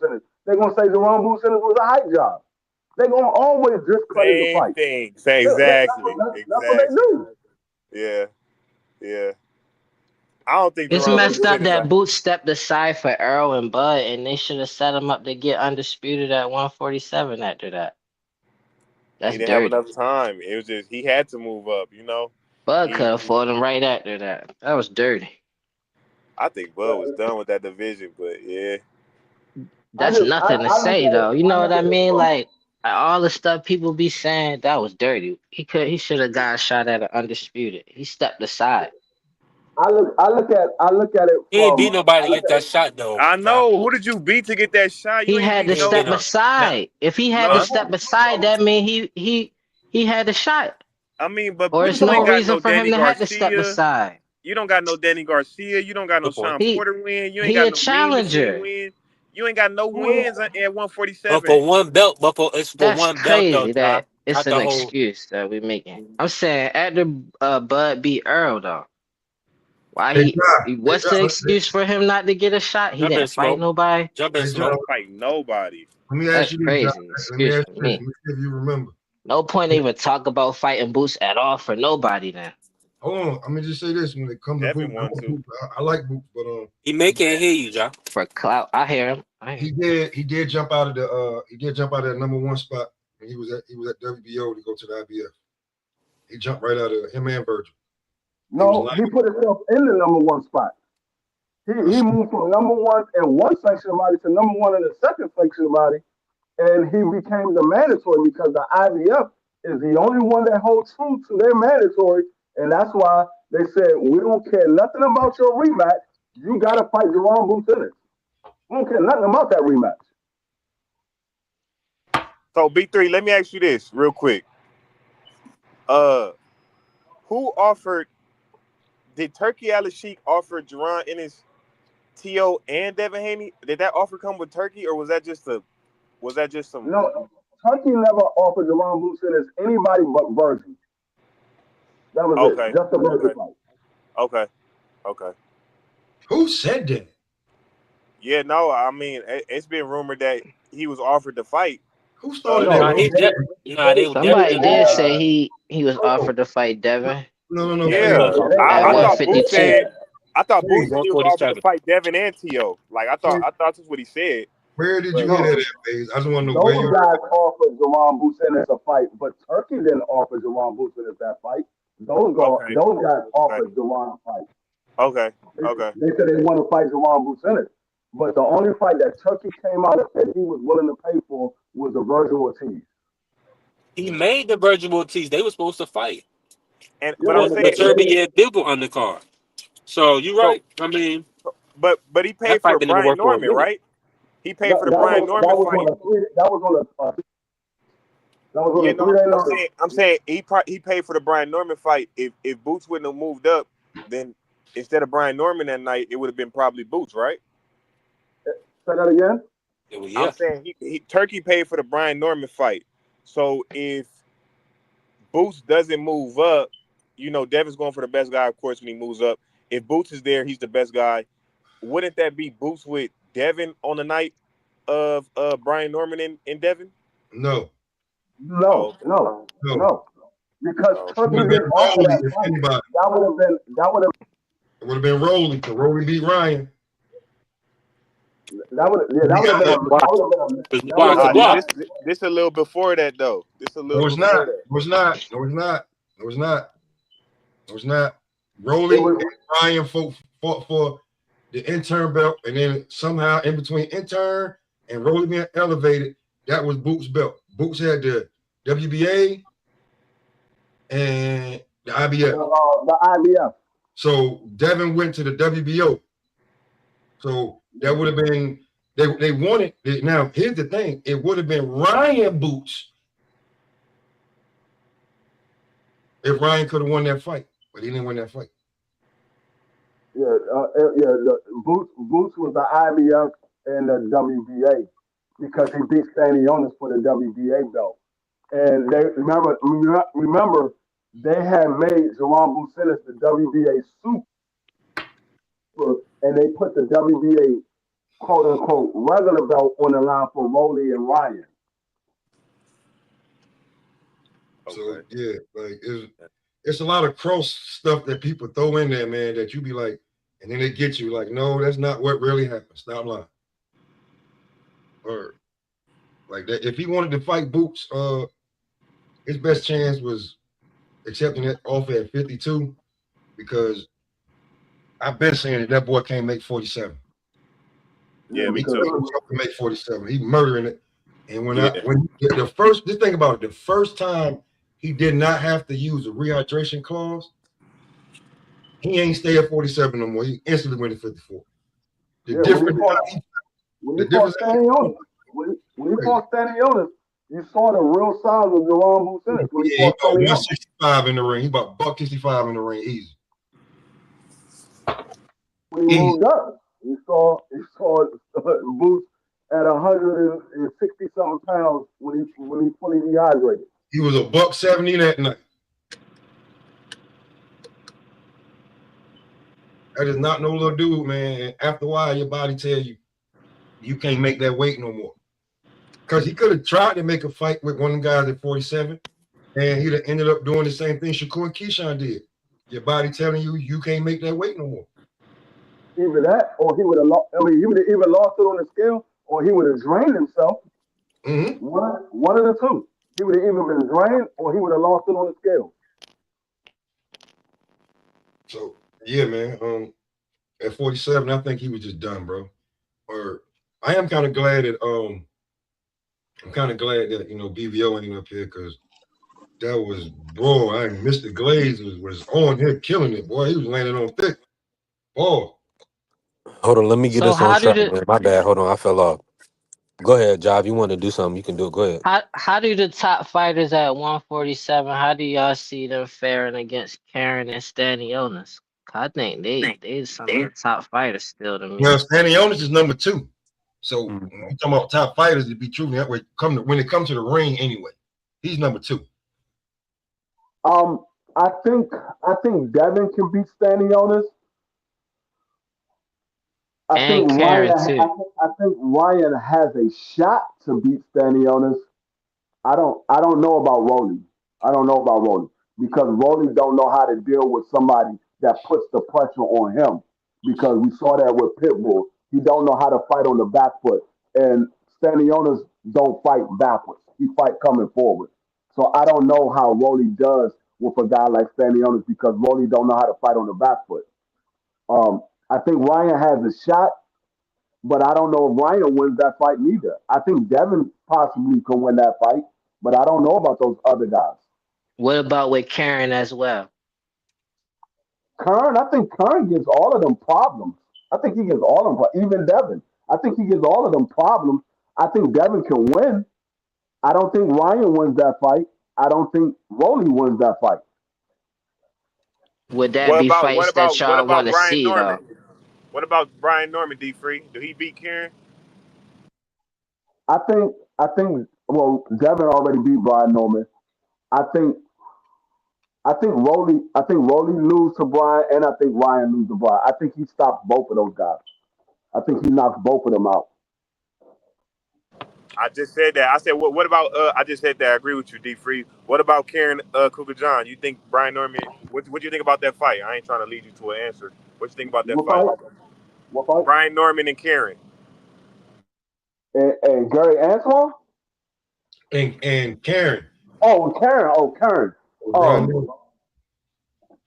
I think Brian Norman eventually catches up to Karen and possibly stops Karen. I think Karen doesn't have any power. He can fight on the back foot. He can move around the ring, but he doesn't have any power. And a guy like Brian Norman, you got to make him respect you. Now, Rolly and Ryan, they do have power, but they don't box well. They don't box well. Yeah, they really don't box that well. But I think he will overwhelm them with his power. Rolly and Brian Norman is almost a 50-50 fight, depending on how good Rolly got under Silas. If Rolly got a lot better under Silas, because we only seen one fight under Silas. If Rolly has gotten better under Silas, Rolly can be a dark horse in a lot of these fights. He can be a dark horse because he already has the power. He got decent hand speed. It's just a matter of can he be disciplined and can he fight behind a jab? I know kicking his ass in camp, so yeah, it is. I know kicking his ass in camp. So if he can be disciplined and fight behind a jab, Rolly can be a dark horse in a lot of these fights. That's why I'm a little nervous for the Devin Haney fight because if Rolly is really learning under Silas, I think a lot of people are going to be surprised when they see Rolly versus Devin. I think a lot of people are going to be surprised. From what I heard, he's gonna do 500 rounds with a kid that's told him the same kid that he had that trained him for Ryan. I can emulate both of them. His daddy told me that personally. Joseph Brown daddy told me that he's sending him down there to do 500 rounds with Rolly if this Devin fight comes to fruition. Like I said, So is these fights worth it though? Is these fights versus Karen and Stanionis and everybody else worth watching that? Yeah, you don't know what's gonna happen. Like I like Tiger Johnson. Like how do you, Yeah, I think Tiger beat both of them. Man, so why Boots and Bud ain't never fight for this shit? I'll be real with you, John. I'll be real with you. Oh, he ain't fight nobody. That's BS. It wasn't that. That was an internet thing. He was never in line to fight any of them dudes, bro. Like the stars wasn't in line for him to fight any of them. Smoke. Who was Boots? I mean, who was the mandatory for Terrence Crawford but never activated it? Who was Virgil Ortiz? Was it Virgil Ortiz? It was Virgil Ortiz, right? Yeah, that was Virgil. When Virgil had got the interim WBO title, he had called out Boots in the ring. He said, I might not be ready, but I want that fight. And then all of a sudden, Virgil got moved out of the number one contender. They put Sean Porter back at the number one. Because Sean Porter was the mandatory originally. And they moved Sean Porter out and put Virgil there. And then they moved Virgil out the way. And That was sick work, Free. That was a bad day in the sport. I remember that happening. That sounds like Oscar though. And even when we talk about Boots fighting somebody, then they still ducking Boots in the talk. Like we started talking about Virgil now. But it's clearly they ducking Boots, man. Ja, you see what I'm saying though? That was Virgil was Terrence Crawford's wreck, and you know he never petitioned for that fight, and you know I think Boots was always talking about Earl Spence. I remember his daddy and them, they was always really talking. They said they want both, but they was really trying to get Earl Spence. Same thing Fundora was doing. I could say that too. You know, and Earl it Spence makes sense. Yeah. It makes sense that they was trying to get Earl because they going to actually get the fight. Nah, Earl told him he had to wait on the live stream. Exactly. He had to wait till after he fought Bud, but Earl lost. If Earl would have won, then Boots would have got the fight shot at Undisputed. I doubt it. He would have like. I don't look how Bud got the shot. Earl basically begged him. Earl stayed for Earl to throw him a bone. Long, bro. He stayed at 47 way too long. Like there's like maybe 3-4 years. You can't. But Smoke. But hold on, Smoke. The brother said he would have fought Pacquiao with one eye. So if he would have beat Crawford and gave Jerome Bucenis the fight, I doubt he would have he probably would have got another $25 million. I don't think he would have. So he would have fought. Why you Boots. feel like he wouldn't have fought Boots though? Earl Spence was on record saying he wouldn't have fight Boots. It wasn't that he at all. Listen. Is you talking about Keith Thurman or Boots? Listen, bro. It's not that he wouldn't have fought him, but he wouldn't have stayed at 47 to fight.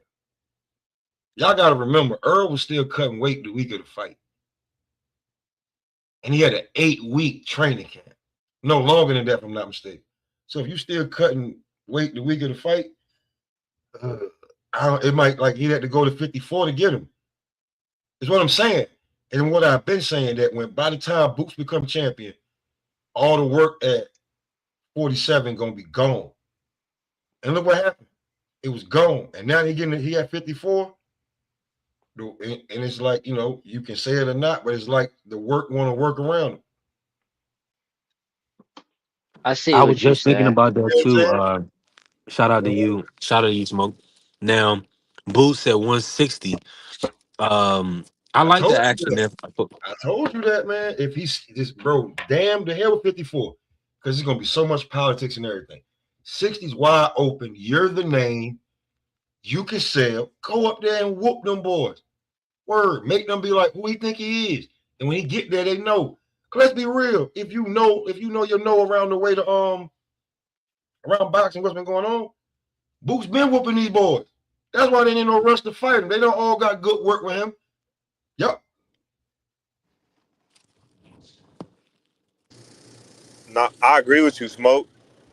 I was on that same train when I said the same thing you said, Smoke. I said, like, even if Boots get like a belt from, Josh Kelly or somebody drop a belt like Xander, and like he fights, 2-3 times and he can't get a unification, hey, you a world champion. Go to 60, get in front of it. You feel me? Get in front of these guys that's about to move up. Reign there, like Triple G or James Tony. I mean, not James Tony, Marvin Hagler. You just be at 60 waiting on anybody that come up here. Come up here. Yeah, see what I'm saying? That's what I'm talking about. That's how you gotta move. But I feel like when it come to him, I feel like he gonna just sit down there. I feel like them dudes gonna move up. He gonna be down there left. He might get all the belts. He might not. And then when he go up there, he gonna deal with the same shit again. You see, David go at the Laura Benavidez first too. You see, David Benavidez. Benavidez, he weigh at cruiserweight now, cause he like, you know what?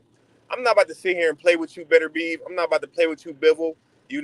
If I can't get the fight this year, this next fight, all right, now I'm at cruiserweight. I know y'all coming up here. I'll fight Zerto and Pataya. We can get something going. And Bivol, I know you coming up here. I know some of you guys coming up here. I see y'all up here.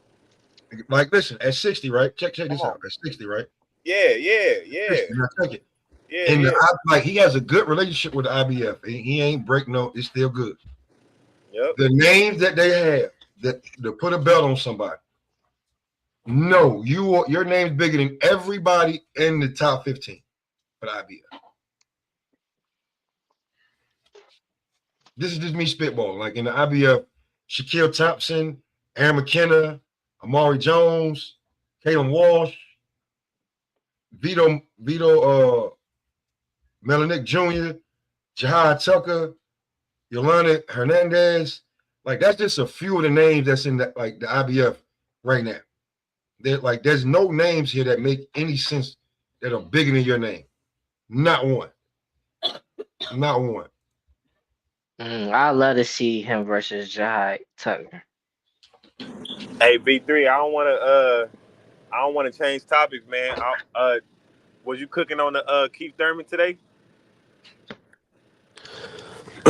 I mean, weekend. What's that fight? That's fight next weekend, right? That's next weekend. Yeah, that's a Man, great I'm fight. rooting That's a for great Keith, card. Talk man. about it. Man, get on his Laura spree. That's a tall task, bro. Literally. Yeah, chop me down. But you're not one time no more. You want spot time. Why not? It just because you ain't proved to be one time, no, bro. Like, listen, I don't know if you missed. He just did young boy dirty when he first moved up. That boy was brought up to fight. He was game though. Who, Brock Jarvis? Blown up. That boy was blown up. How you doing, Josh? Say that again. They blew that boy up, man. How you doing?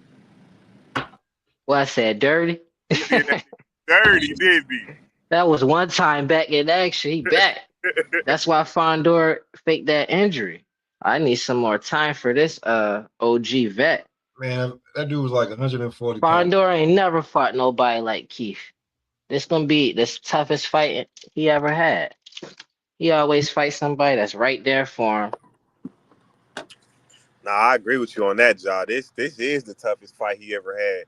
You talking about an elite boxer? This guy might be going to Hall of Fame too. He got notable wins on his resume. He only lost to Brock Jarvis was 140 pounder that blew up, if I'm not mistaken. No, I talk about one time. I get it. The guy that one time knocked out was Brock Jarvis. He was 140 pounder that was blown up, bro. Like, yeah, I get it. Keith did him dirty. What, his fight before he fought Keith was at 140. Most of his career was that. Who got more fights at 160, him or Keith? Bro. The most I seen. Let me look this dude up, bro. Hey, Brock This dude Jarvis. up, bro. Hey, Keith Thurman been destroying dudes his last couple fights. Mario Barrios, Brock Jarvis. Hey, he only lost to Manny Pacquiao, and I know Manny Pacquiao ain't gonna be walking down that tunnel that night. It's He gonna be probably lost the Fundora. same way Barrios lost, taking Oh, it easy on old boy. oh, Barrios got it handed to him. It was the Well, same thing Barrios like didn't Ryan. lose, did Oh man, He didn't take it easy on, man. I don't know what you was he? thinking about. I don't know. Nah, And you you'll get get in there knocked with a down. legend. It's hard. It's Nah, hard. not all that smack he was talking. He You could got tell one, the stuff he was doing. He looked like he was bro. playing with his mouthpiece and stuff. Bro, that man had Wasn't 3 taking fights. that serious. That man had 3 fights. He had Damn one sure fight ain't at fight Danny 58. like that. He had 1 fight at 58, 1 fight at 53. That was Keith Thurman. So his second fight above 40, like he never like, okay, bro. His career 121, 120, 122, 125, 129, 134, 140. Who got more fights at 160, man? He never Speak to that. made 160. He did? Okay. No, that's what I'm telling you. He went from 140, 144, 158, 153, and he just fought. After Keith knocked him out, he fought Sam Beck. Okay. So So how you think he was blown up? Maybe he was weight drained because he fighting at 158, catch all these catch weights. That's more like drained to me. Bro, he blown up, and the guy that he fought was a 6-0 fight. He looked good in there though. It just looked like he was fighting Keith. The only reason he lost. I feel like he give a lot of fighters at 160 a tough time. Dude, trash, man. Keith dissected y'all. That dude trash, man. Word. Keith did what he was supposed to do with that trash fighter. Sure. Word. Exactly what he's supposed to do. Fundora though. I don't think he on Keith level.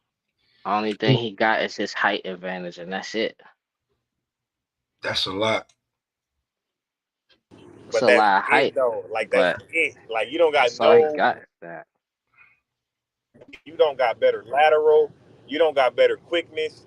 You don't got better power. You don't got better experience. You don't got nothing better than Keith except your height. He better not fight Keith like he fought Tennessee. You have your youth. Get yourself stopped. That's it. You have your youth. Word Yeah, up. I mean, I don't know who got more endurance and stamina. That I can't call that one. Who you think got more? I think stamina and Fundora endurance? got more endurance because he take more punishment, but we don't know. Yeah, matter of fact, he got more endurance. He take a lot more punishment than Keith, and that's what endurance is all about in boxing. That ring is only so big in there, bro. Like if Keith can do what y'all saying, but bro, I'm keeping it a buck. I don't got Fundora beating Keith in the inside with them deadly uppercuts he be throwing. Keith gonna tear that apart. Like what? Not about to catch me with them. You about to get countered with some vicious push. You know Keith be really hitting. I get it, but it ain't gonna be no easy task for that boy. Real talk. Hey, I ain't gonna lie. It looked like you got Keith sleeping on Fundora? Huh? Nah, cause Fundora take some punishment in there. No, I don't got him sleeping on. He could though, for sure, especially to the body. And then it's just like I got Danny beating everybody that Fundora beat. I got Keith Thurman beating not Keith Thurman, Sean Porter beating her. Like, I just think I want to see Keith win, and I want to see somebody older who they want to age out of the sport win. Like Laura, I love that he's still in there and he a champion. I hate that people try to age a man out of the sport. That's his job. Like, why you trying to stop your money for? Man, hey, listen. Since 2017, he fought Danny Garcia in 2017. He didn't fight for another 2 years when he fought Josito Lopez. He fought Manny Pacquiao that same year. Then he didn't fight again till 2022 when he fought Mario Barrios. Then he didn't fight Brock Jarvis until 2025. When the last time Fondor fought? Okay, I'll check it. I guarantee you it ain't a gap span like Keith Thurman. No, I'm saying the last time, compare the last time Keith had a fight in 2025 and the last time Fondor Fondor had a just fight. stopped Tim Zoo. When? The second time he stopped Tim Tszyu the second time. Tim Tszyu was still doing good, but yeah, they stopped the fight. That just happened. Because 2025 was last year when Keith just fought. Yeah, he fought in March. No, I'm sorry. Yeah, he fought in March. So it's been a year. Last year, right? Yeah, it's been talking a about year. Fondor. It's been a year. It's been So a they year. both, Keith actually fought more recent than him. But Keith is coming off of 3. He coming off, bro. Did you not hear what I said? Don't He disrespect. fought more recent than him, and you saying he coming off a longer layoff still? Bro, he's coming off. Listen, After you come back, it's not a layoff no more though. man, you got to get active. You can't come back and then not fight for a whole nother year and have no fight in between that. Bro, it says Keith Fondor Thurman ain't fought in a longer span since the last time Keith fought. Fondor ain't fought longer than that though. That's all I'm saying. I'm telling you. No, what Wikipedia is saying and what BoxRec is saying is that according to them, he's inactive. Is what I'm telling you. So is they both inactive? Hey, Ja, this the Because one thing that Fondor's last fight was not as recent as Keith's. hey, Ja, I tell you this though, Keith got a Achilles heel, bro. If you hit his ass in that body, man. If Fondor leaned down to try to keep hitting Keith's body, then that's the best thing for Keith. But you Get know his how tall soft Keith tail to Thurman's come body is, down man. here. Come down here. Come to my body. Wish you would.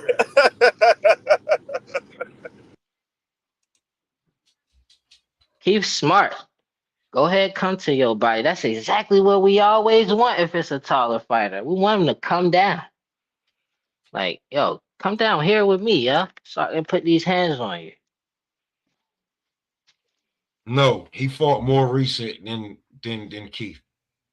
He did. When he fought, you said March? Fine, I'll tell you how he fought since I ain't opposed. I just want to know. I'm about to tell you. He fought Tim Tszyu. My bad, Smoke. I'm moving around. But yeah, he fought Tim Tszyu last, bro. He fought he fought Tim Tszyu in 2024. Then he fought it was a year. He took a year off. He fought Shador Booker the same month that Keith Thurman fought. Then he fought Tim Tszyu again in July of 2025. So yeah, he's been more recent than Keith. Okay. And he has no 2 and 3 year layoffs. Well, he got a year layoff right now, and Keith got a year layoff right now. No, he don't have a year layoff. He have a 6-month layoff. Okay, and Keith fought 6 months before his last fight. That was his last fight. He fought after Keith, to be truthfully honest with you, too. In that same month, he fought. I don't know. But Keith got a longer layoff than Fondor is the conclusion. A way longer layoff. How much longer? You want to add him? It's about 6 years. No, since the last time they fought. I'm not trying to go back before he just had a fight. Because not a layoff after that. So it's going to be more than a year because Keith fought March 12th last year. The fight's on the 28th. The last time Fondor fought was July 25. Was July 19th. No doubt. So Keith got like a few months more layoff than Fondor. But then he got a hell of a lot more experience and boxing knowledge than Fondor, though. That's great. He's a lot older, too. 50-50. He's a lot older. Let's chop him down. I doubt it. And if Boots do go to 160, go at Laura first. Why would you do You know what I'm that? saying? Not smart. Go get the Cause vacant. they trying to get Laura out of there, and I feel like Laura gonna want that smoke, Go and I get feel that like vacant Boots belt. could win. Go get I that feel like vacant Boots belt. could beat him. They just I stripped. get it. They just stripped Janet back. Go get that vacant belt for the IBF. Go get that vacant belt. That's a Hey, nice move too. hey, Thrill Hill. He said, "Am I gonna bet on the fight?" Yeah, and he's saying how Thurman gonna break the distance. He really don't gotta break the distance because Fedor Fundora gives is up an his height. inside fight. Yeah, he give up his height, so he don't gotta break no distance. You know, if he fought like that, it'd be a different fight. Hey, I'm going for Keith Thurman. I want to see Keith Thurman win. He's gonna be a nice underdog, I know. I think it's mainly because his body, his body is like soft, like a regular person or something. I don't know what that is. He get one punch to the body, bro. He's spitting that mouthpiece out. It's nasty work. But I'm going for Keith Thurman. I like the entertainment. I like the one-time shit. I like the Keith Thurman quotes, and I want to see Keith Thurman beat Fedor because I just think Fedor is average.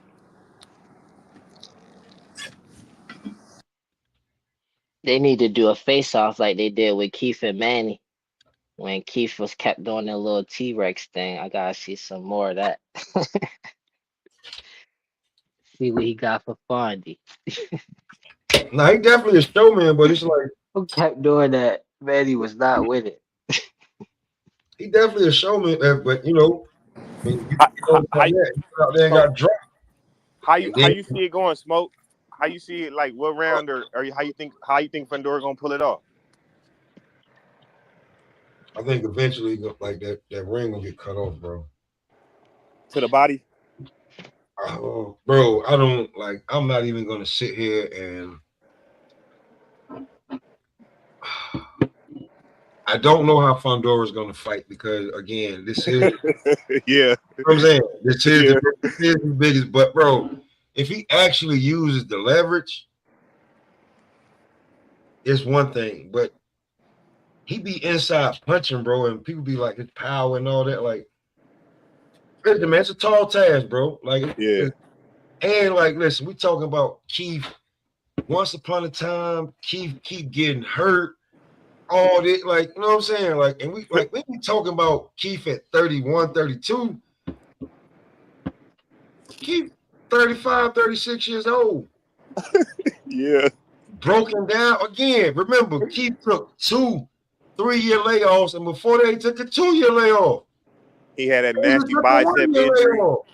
Yeah, he had that nasty bicep injury too. Remember Man, that? come on, man. Like, are you telling me, like, all right, he gonna come in here and chop down Fedor? I literally gotta see it. Like, I feel like Fedor got a better chance of beating him than he do him being Fedor. Oh yeah, he the favorite. He the favorite. Fedor the favorite. You know, he gotta pull off some Adonis Creed, Rocky Balboa type stuff. Why we taking it so far? Like Fondor beat Tenzu and he beat Lubin. That's it. Tenzu's supposed to get beat like that. I'll tell you this, right? Tim Tszyu got a bad cut. Come on, man. Tim Tszyu was finna beat him up, man. Listen, I'm saying his style though. It's nothing like Keith. Listen, I'm gonna say this right. I don't think Anthony Joshua, if when he beat Klitschko, if Klitschko was 2-3 years younger, Anthony Joshua would have won that fight. Anthony Joshua won that fight on pure youth. Facts. Like the old man had nothing left. Keith, you got to prove that. Like, I mean, I'm not, and we seen Fondora get knocked out. We have seen it. We seen him drop. We seen it. If Keith, you can catch him, you can catch him. But just think about the punishment them people took to hit him with that shot. And they were way young. Why we don't equate that? We could balance it out with the level, the pedigree of fighter though. That's cool, and that's what's giving them a chance. Yeah, but for sure. That youth, that means a whole lot, man. Fondor gonna be using his distance for like 2-3 rounds, and then he just gonna go right back to inside fighting for the rest of the fight. Ain't no way he could stop doing that. That's how he fight. Absolutely, man. You could tell. Look at him. That's how you'll fight. And he wasn't even that tall all the time. So it's like that's why he fight like a little dude. Man, the reason why let me say this real quick. Hey, salute to everybody still in here. We didn't test 3 hours. You know, we definitely built. Smoke, what's the word, man? What's going on right now? All right, did you see what Bo Max said about Ryan testing and what'll happen if he ain't got that quickness? Nope, I ain't see what he said. What he said? He said pretty much Devin gonna put hands on him if they got adequate testing and Ryan ain't like, you know, the normal Ryan. Hey, So that what leads the people to believe, man, that, you know, I'll why ain't say, they go ahead and sign for that fight? Get that money. I'll say this, Bomac. Last time out, you let Chris Eubank die. You need to handle. Oh Whoa. damn! Oh, nah, we ain't gonna do At a that. certain point, bro. At a certain point, no disrespect, but everybody got to start handling their own business. And like, you got this weekend. Wait. This weekend, you got Lester Martinez. You know what I'm saying? Who literally got ducked for his rematch with Billy. How I feel like if you just gonna give Billy the damn chip, you're gonna give him the belt without for what? For having a draw with Lester? Because be truthfully honest, me and B3 said this yet, and we think Lester edged it out. Real talk. But what about when Bomac coached Chris Eubanks in his rematch against the Caucasian dude and beat him, stopped him? How long ago was that? Talking about Liam Smith, Beefy Smith. Yeah, Liam He Smith. said the Caucasian. When was that? Hey, when was that, big dog? Oh, who said that? Who was it? Faye, when was that? Yeah, Faith. He did that. Was that a year and a half ago, 2 years ago, something close like that, right? 2024. Yeah, I think so. Hey, Faye, Janet Jackson. I even need to tell you the song. Yeah. Wait, Janet Jackson. What? What have you done for me lately? Yeah. Oh man, come on, man. Hold on, wait. But hold on, we can't put. We're not gonna put the. You we got can't your put that award. performance. You on can't him, put man. that on Bomac. Hey, Hold on, Chris hold Eubanks on. had a horrible weight cut. No. Yeah, he didn't agree to that. Okay. Bomac went there to help Chris Eubank Jr. and he didn't. I mean, Chris Eubank Jr. decided to take all that money to do that rehydration clause the same way he beat him the first time. When really, what we all know is he probably should have been able to fight him at a higher weight. You know, just being the A-side fighter and winning the fight. So that ain't on. Come on, man, that ain't on Bomac. Yeah, he looked dead, man. He was in that sauna suit. He was looking toe up, bro. Hey, I don't And blame that on Bomac. he fought trash, man. He fought like he couldn't even let his hands go. Hey, bro. Remember I told you? He was barely in there. Every case ain't for you to defend. Oh, So you was you talking went to over somebody there. else. You was talking to somebody else on that one. I'm just saying, but you go over there and you put your name on it. And I watch the interviews and you say that the weight cut ain't gonna be no problem, everything gonna be good, he gonna look fine. You said y'all was gonna stop kind of being, and that boy in there wobbling around because he delirious. He ain't got no damn water on his brain. So right about now, just being real. Like if here's my thing with my OG Lie. There's trainers and teachers, and like I get it's the bread, but bro, if you see that this like, hey, listen, I don't think you should take this fight, or maybe you should pay the difference in the fines for not making a certain weight. Because He ain't no manager. Bomac just a trainer. I didn't. He is a manager too, but I ain't saying about no manager. I said but I said a teacher, and you're sitting there, and you're the lead trainer, and you're with him every day while he's cutting, and you seeing what's up with him. so Hey, what is he supposed to do? Pull him out the fight? I ain't say put him out in the fight, but hey, listen, maybe you want to think about paying Conor Benn this amount of money to come in at 163. Mm-hmm. You feel me? With no rehydration clause. Yeah, like we clipping all of that. Like I'm not about to see you go out here and damn near, you know what I'm saying? Well, that's the thing about it is it's about the money for them. It's like it's about the money for Chris. You know what I'm saying? So Got the money I last mean fight. that's Don't do it twice to yourself, cause your health. but that's your point, Smoke. At the end of the day, Bomac there for a check too. That's So what I'm that's just saying. what it is. You wasn't there to teach. You was there to train. So right about now, since this fight is a B&B fighter, handle your B&B fighter and get him his first championship, whether it's interim or not. He'd be like one of the first Guatemalan champions ever in boxing history. You worry about that, right? You think he gonna stop this kid Aleem, or have you seen him? Yeah, like I think if you don't stop him, it's gonna be something fierce. Like the boy already done proved, like people act like Christian and Billy. I'm gonna be totally honest with you. People act like Christian and Billy is just or like I heard everybody talking about that Canelo. Listen, I get it. What y'all think? Like Canelo's not the same counter puncher that's gonna be stepping aside and hitting Christian and Billy with a lot of shots. It's a reason why. I guarantee you, if he fight Christian and Billy, he gonna put him through the ringer, and he gonna put him on a short fight camp like he did Kovalev. No doubt in my mind. Christian and Billy is not an easy win for him. And let's be real. Hold on, Christian and Billy's about to fight Canelo. We was talking about that earlier. What's your thoughts on that matchup? Canelo and Billy. Listen, I don't think that's gonna be easy. That's not gonna be no like Canelo. Just listen, bro. Yeah, I get it. He come forward. He do this. He do that. But that's a massive wave that Canelo gonna have to storm off, bro. Like it's like we seen how him and Billy fight. Like maybe would he be destroyed or starstruck? But I don't know. I don't think so. Hey, I got the most worst way I think ever of describing in Billy. He's like 168-pound Miller from heavyweight. He just leans on you, throw these little inside punches, no punch placement, there's no even good power on it.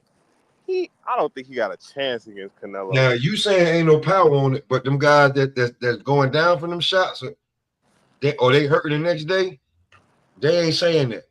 He couldn't do nothing with Lester. Nothing. Oh, okay. So here's the thing. I really think y'all are underestimating Lester Martinez. I really do. He's not nothing to just scoff at. Nah, Lester can fight too.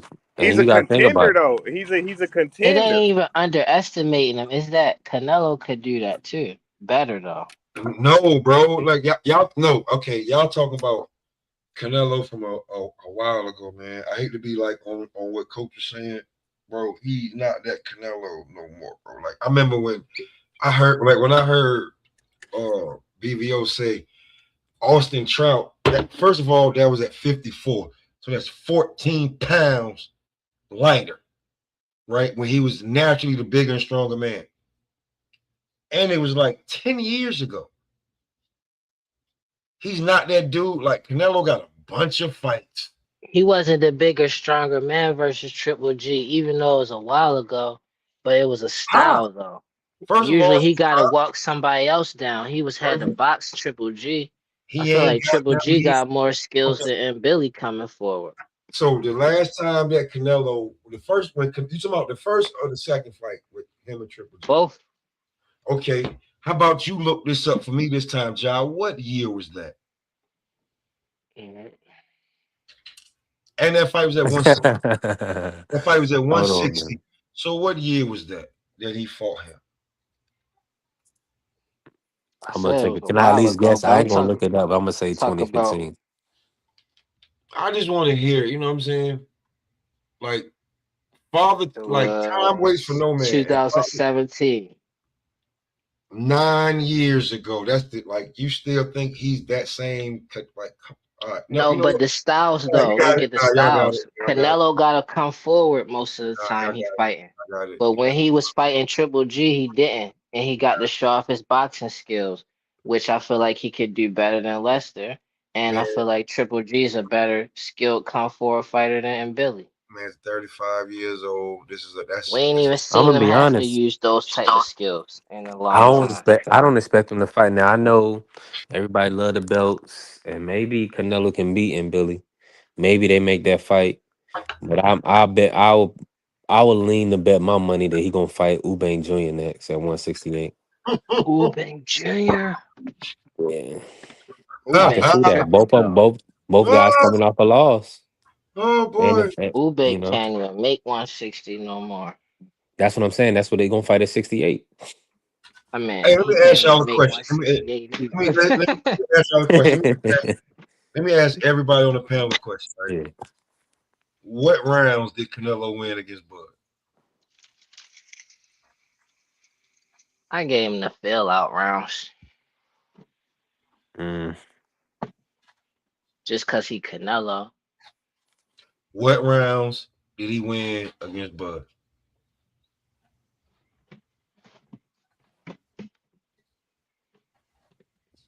I don't have my scorecard no more, I but he give him won like about 1 3. to 4 or 5. What? I had Canelo It's a win. big bias in it because Canelo, so if Bud ain't doing something to confirm the round, then I'm giving it to Canelo because of that, not because it's like, So you're disqualified, y'all already. Next. okay, That's disqualification, right? You that's got fair. to score down the middle. That's crazy. Go ahead. I I can tell can't. Yeah, I you. mean, I just think and Billy and Bud are just, That's not what I asked you, so Paige. I said, what I asked you, bro. Trust the process. What round did you give Canelo against Bud? Just ask you a I question. think I had if I'm remembering right, I think I had him like maybe 5, maybe round 5, maybe round 8, maybe one of the earlier 2 rounds. I had him win about 3 rounds and possibly 4 rounds. Yeah, something like that. That dude ain't winning more than 2 rounds in that fight, and y'all know it. Yeah, I only watched it like twice. I ain't gonna lie. He ain't winning more than 2 I rounds. feel In like you 2 gotta rounds. disqualify yourself now, like 2 rounds. The 2 rounds he won is 2 rounds Bud took off. And if you look in the chat, they saying, nah, yeah, he won 2 rounds. 2. That wasn't even that far apart as a fight as y'all say, in my opinion. Like Bud won, but it wasn't that. It was closer to me. Then Yeah, tell me I what didn't round. think 2 rounds. Like when you're watching the fight and you got to score the fight, like when you're watching it, like I watched the fight in the first 2 to 3 rounds. I was like a little bit worried for Bud. And then when Canelo hit him, and all Bud did was look that way and snatch his head back and smile, I said, it's a damn wrap. And after that, Canelo knew it was a wrap. Because it was a landslide if you was really scoring that fight. Now, Canelo is not the same Canelo. He's not the one that fought Bivol. He's not the one that fought Kovalev. He's not even the one that fought Triple G the 3rd time. Fighting Billy is not going to be nothing easy, bro. Word up. That's a lot of youth. That's a lot of pressure. That's a lot. That's a pissed off. That's a pissed off man right there that's going to be looking to make his name on Canelo. And Canelo not pissed off about all this shit he been hearing about. He washed and Bud beat his ass, and Canelo pissed off too, bro. And he didn't fight in May. Canelo is very rich. He's pissed though. If he's fighting for a champion, it's not. He's rich. That's what I'm saying. So if he's still competing for a champion, it's not for the money. It's because he's a fighter.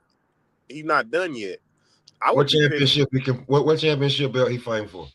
I think he's gonna fight for the WBC. It's not determined yet, but I think he's Yeah. gonna fight for the WBC. Here's what's funny. Ha ha ha. Guess what's vacant and he's number 1 at? What's that one? WBO. WBO?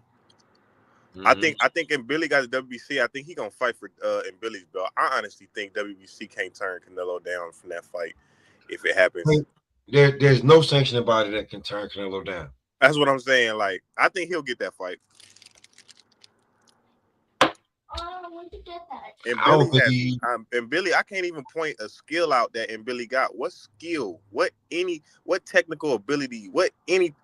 Give me something about him, Billy.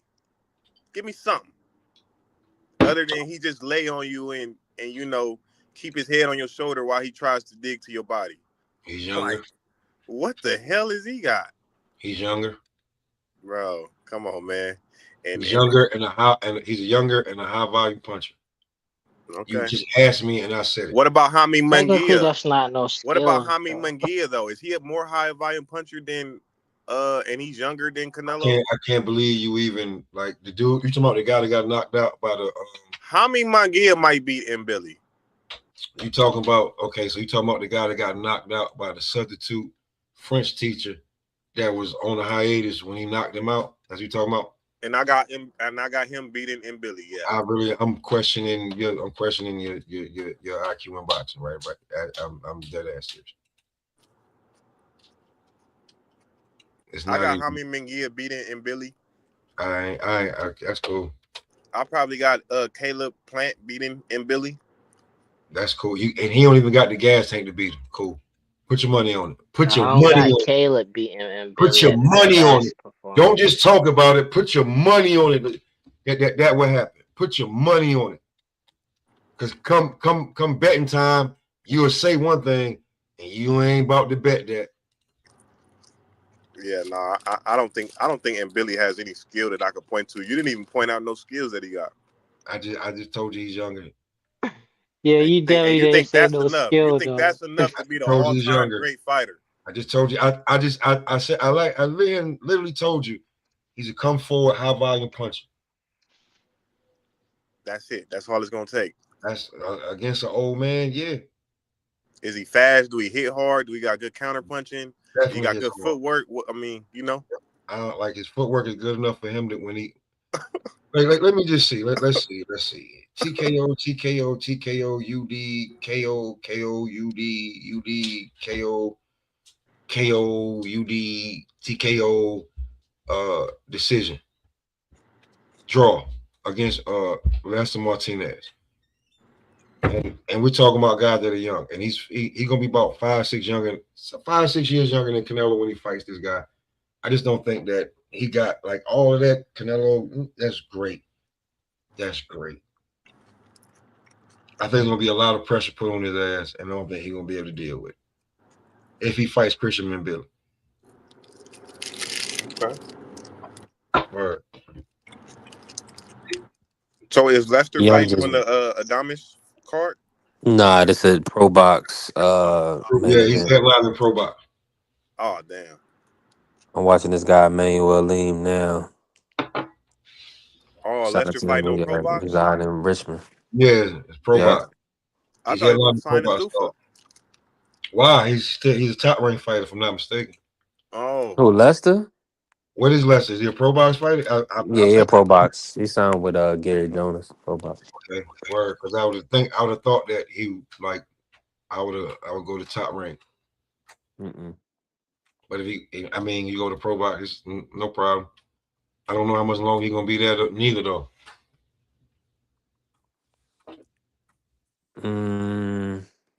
Yeah, we're gonna see. I mean, he gonna get a big fight. Most definitely. He already fought on the ring card, which is good. So I mean, he gonna be the interim champion right there. This fight is for the interim for the WBC for Lester. So yeah, so Lester's gonna be in a position to fight Billy again in a rematch. Yeah, what was it? 95, 95, 93, 97. Somebody was cheap with somebody, and 96, 94. Or I mean, if you had Billy in 93, 97, you was tripping. But I think Lester Martinez is a better fighter than what people think. And like, yo, bro, like I ain't about to be holding on to the past no more, man. If you owe, you owe. Keep playing. Word. And like I said, you got to get rid of the old gunslingers, or they'll just hang around, plucking, and just, you know what I'm saying, getting rid of good young fighter. So yeah, I got Christian Billy. If Canelo get in the ring with him, I need to see Canelo from at least 3-4 years ago to think he'll beat that boy. Yeah, no, they Faircraft Carrier said that fans praising Rolly and writing Canelo off. Hey, it's a good time to write Canelo off right now because I hope them odds reflect it. 'Cause I'm definitely 1,000% putting money if the odds is anything minus 200. I got money on it. With you on that. Yeah, you gotta knock them off. You can't just say they old and then don't let them fight no more though. You gotta actually You knock push them off. 70 fights, bro. On some, like that's a lot of wear and tear on your body. Special fighter. 70 fights, bro. Like, yeah. We After a need while, somebody to get that Laura fight though. Laura's sticking around too. Oh, I like that fight for anybody. I like that for Ennis. Ennis, I said the same thing. A nice boxer, know what he doing. You know, I like it. Ain't nobody else is looking. Maybe, I mean, Yo-Yo is Cuban, so they're saying that they're not gonna fight, but man, be too we'll damn. see. Man, I would want Jermell Charlo to go up there and do that, bro.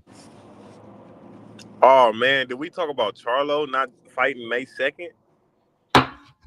Yeah, that's a duck. That's a letdown, man. And I think so highly of his skills in the ring, bro. Like that's a letdown, bro. I was looking forward to seeing him fight. I think he got one of the best boxing bags in the game with the jab, keeping distance, pure boxer. It sucks not to get to see Charlo back in the ring May 2nd, man. Yeah, hopefully he'll come back. I think he's gonna get a later date in the year, so hopefully he'll be back around June, July. Maybe he'll take the Berlanga fight. Now that Resendez is tied up, maybe they'll make Jamal versus Berlanga. I don't know. You never know, man. Yeah. Listen, we 3:30 and I'm gonna call it, man. Hey, listen, appreciate all the love and support today. It was a fire show. Man, we building our team up. Everybody joining the membership. I appreciate you. We got 14 active membership. Keep in mind, we're gonna do on everybody that got an active membership. April 1st gonna be in the first raffle we do. We're gonna do a $50 cash app. So we just building, man. And we had color in the chat, man. When we started the show, when we got monetized, I said I needed color in the chat every day, and y'all been coming through, so I'm thankful. And shout out to Juan, shout out to AC.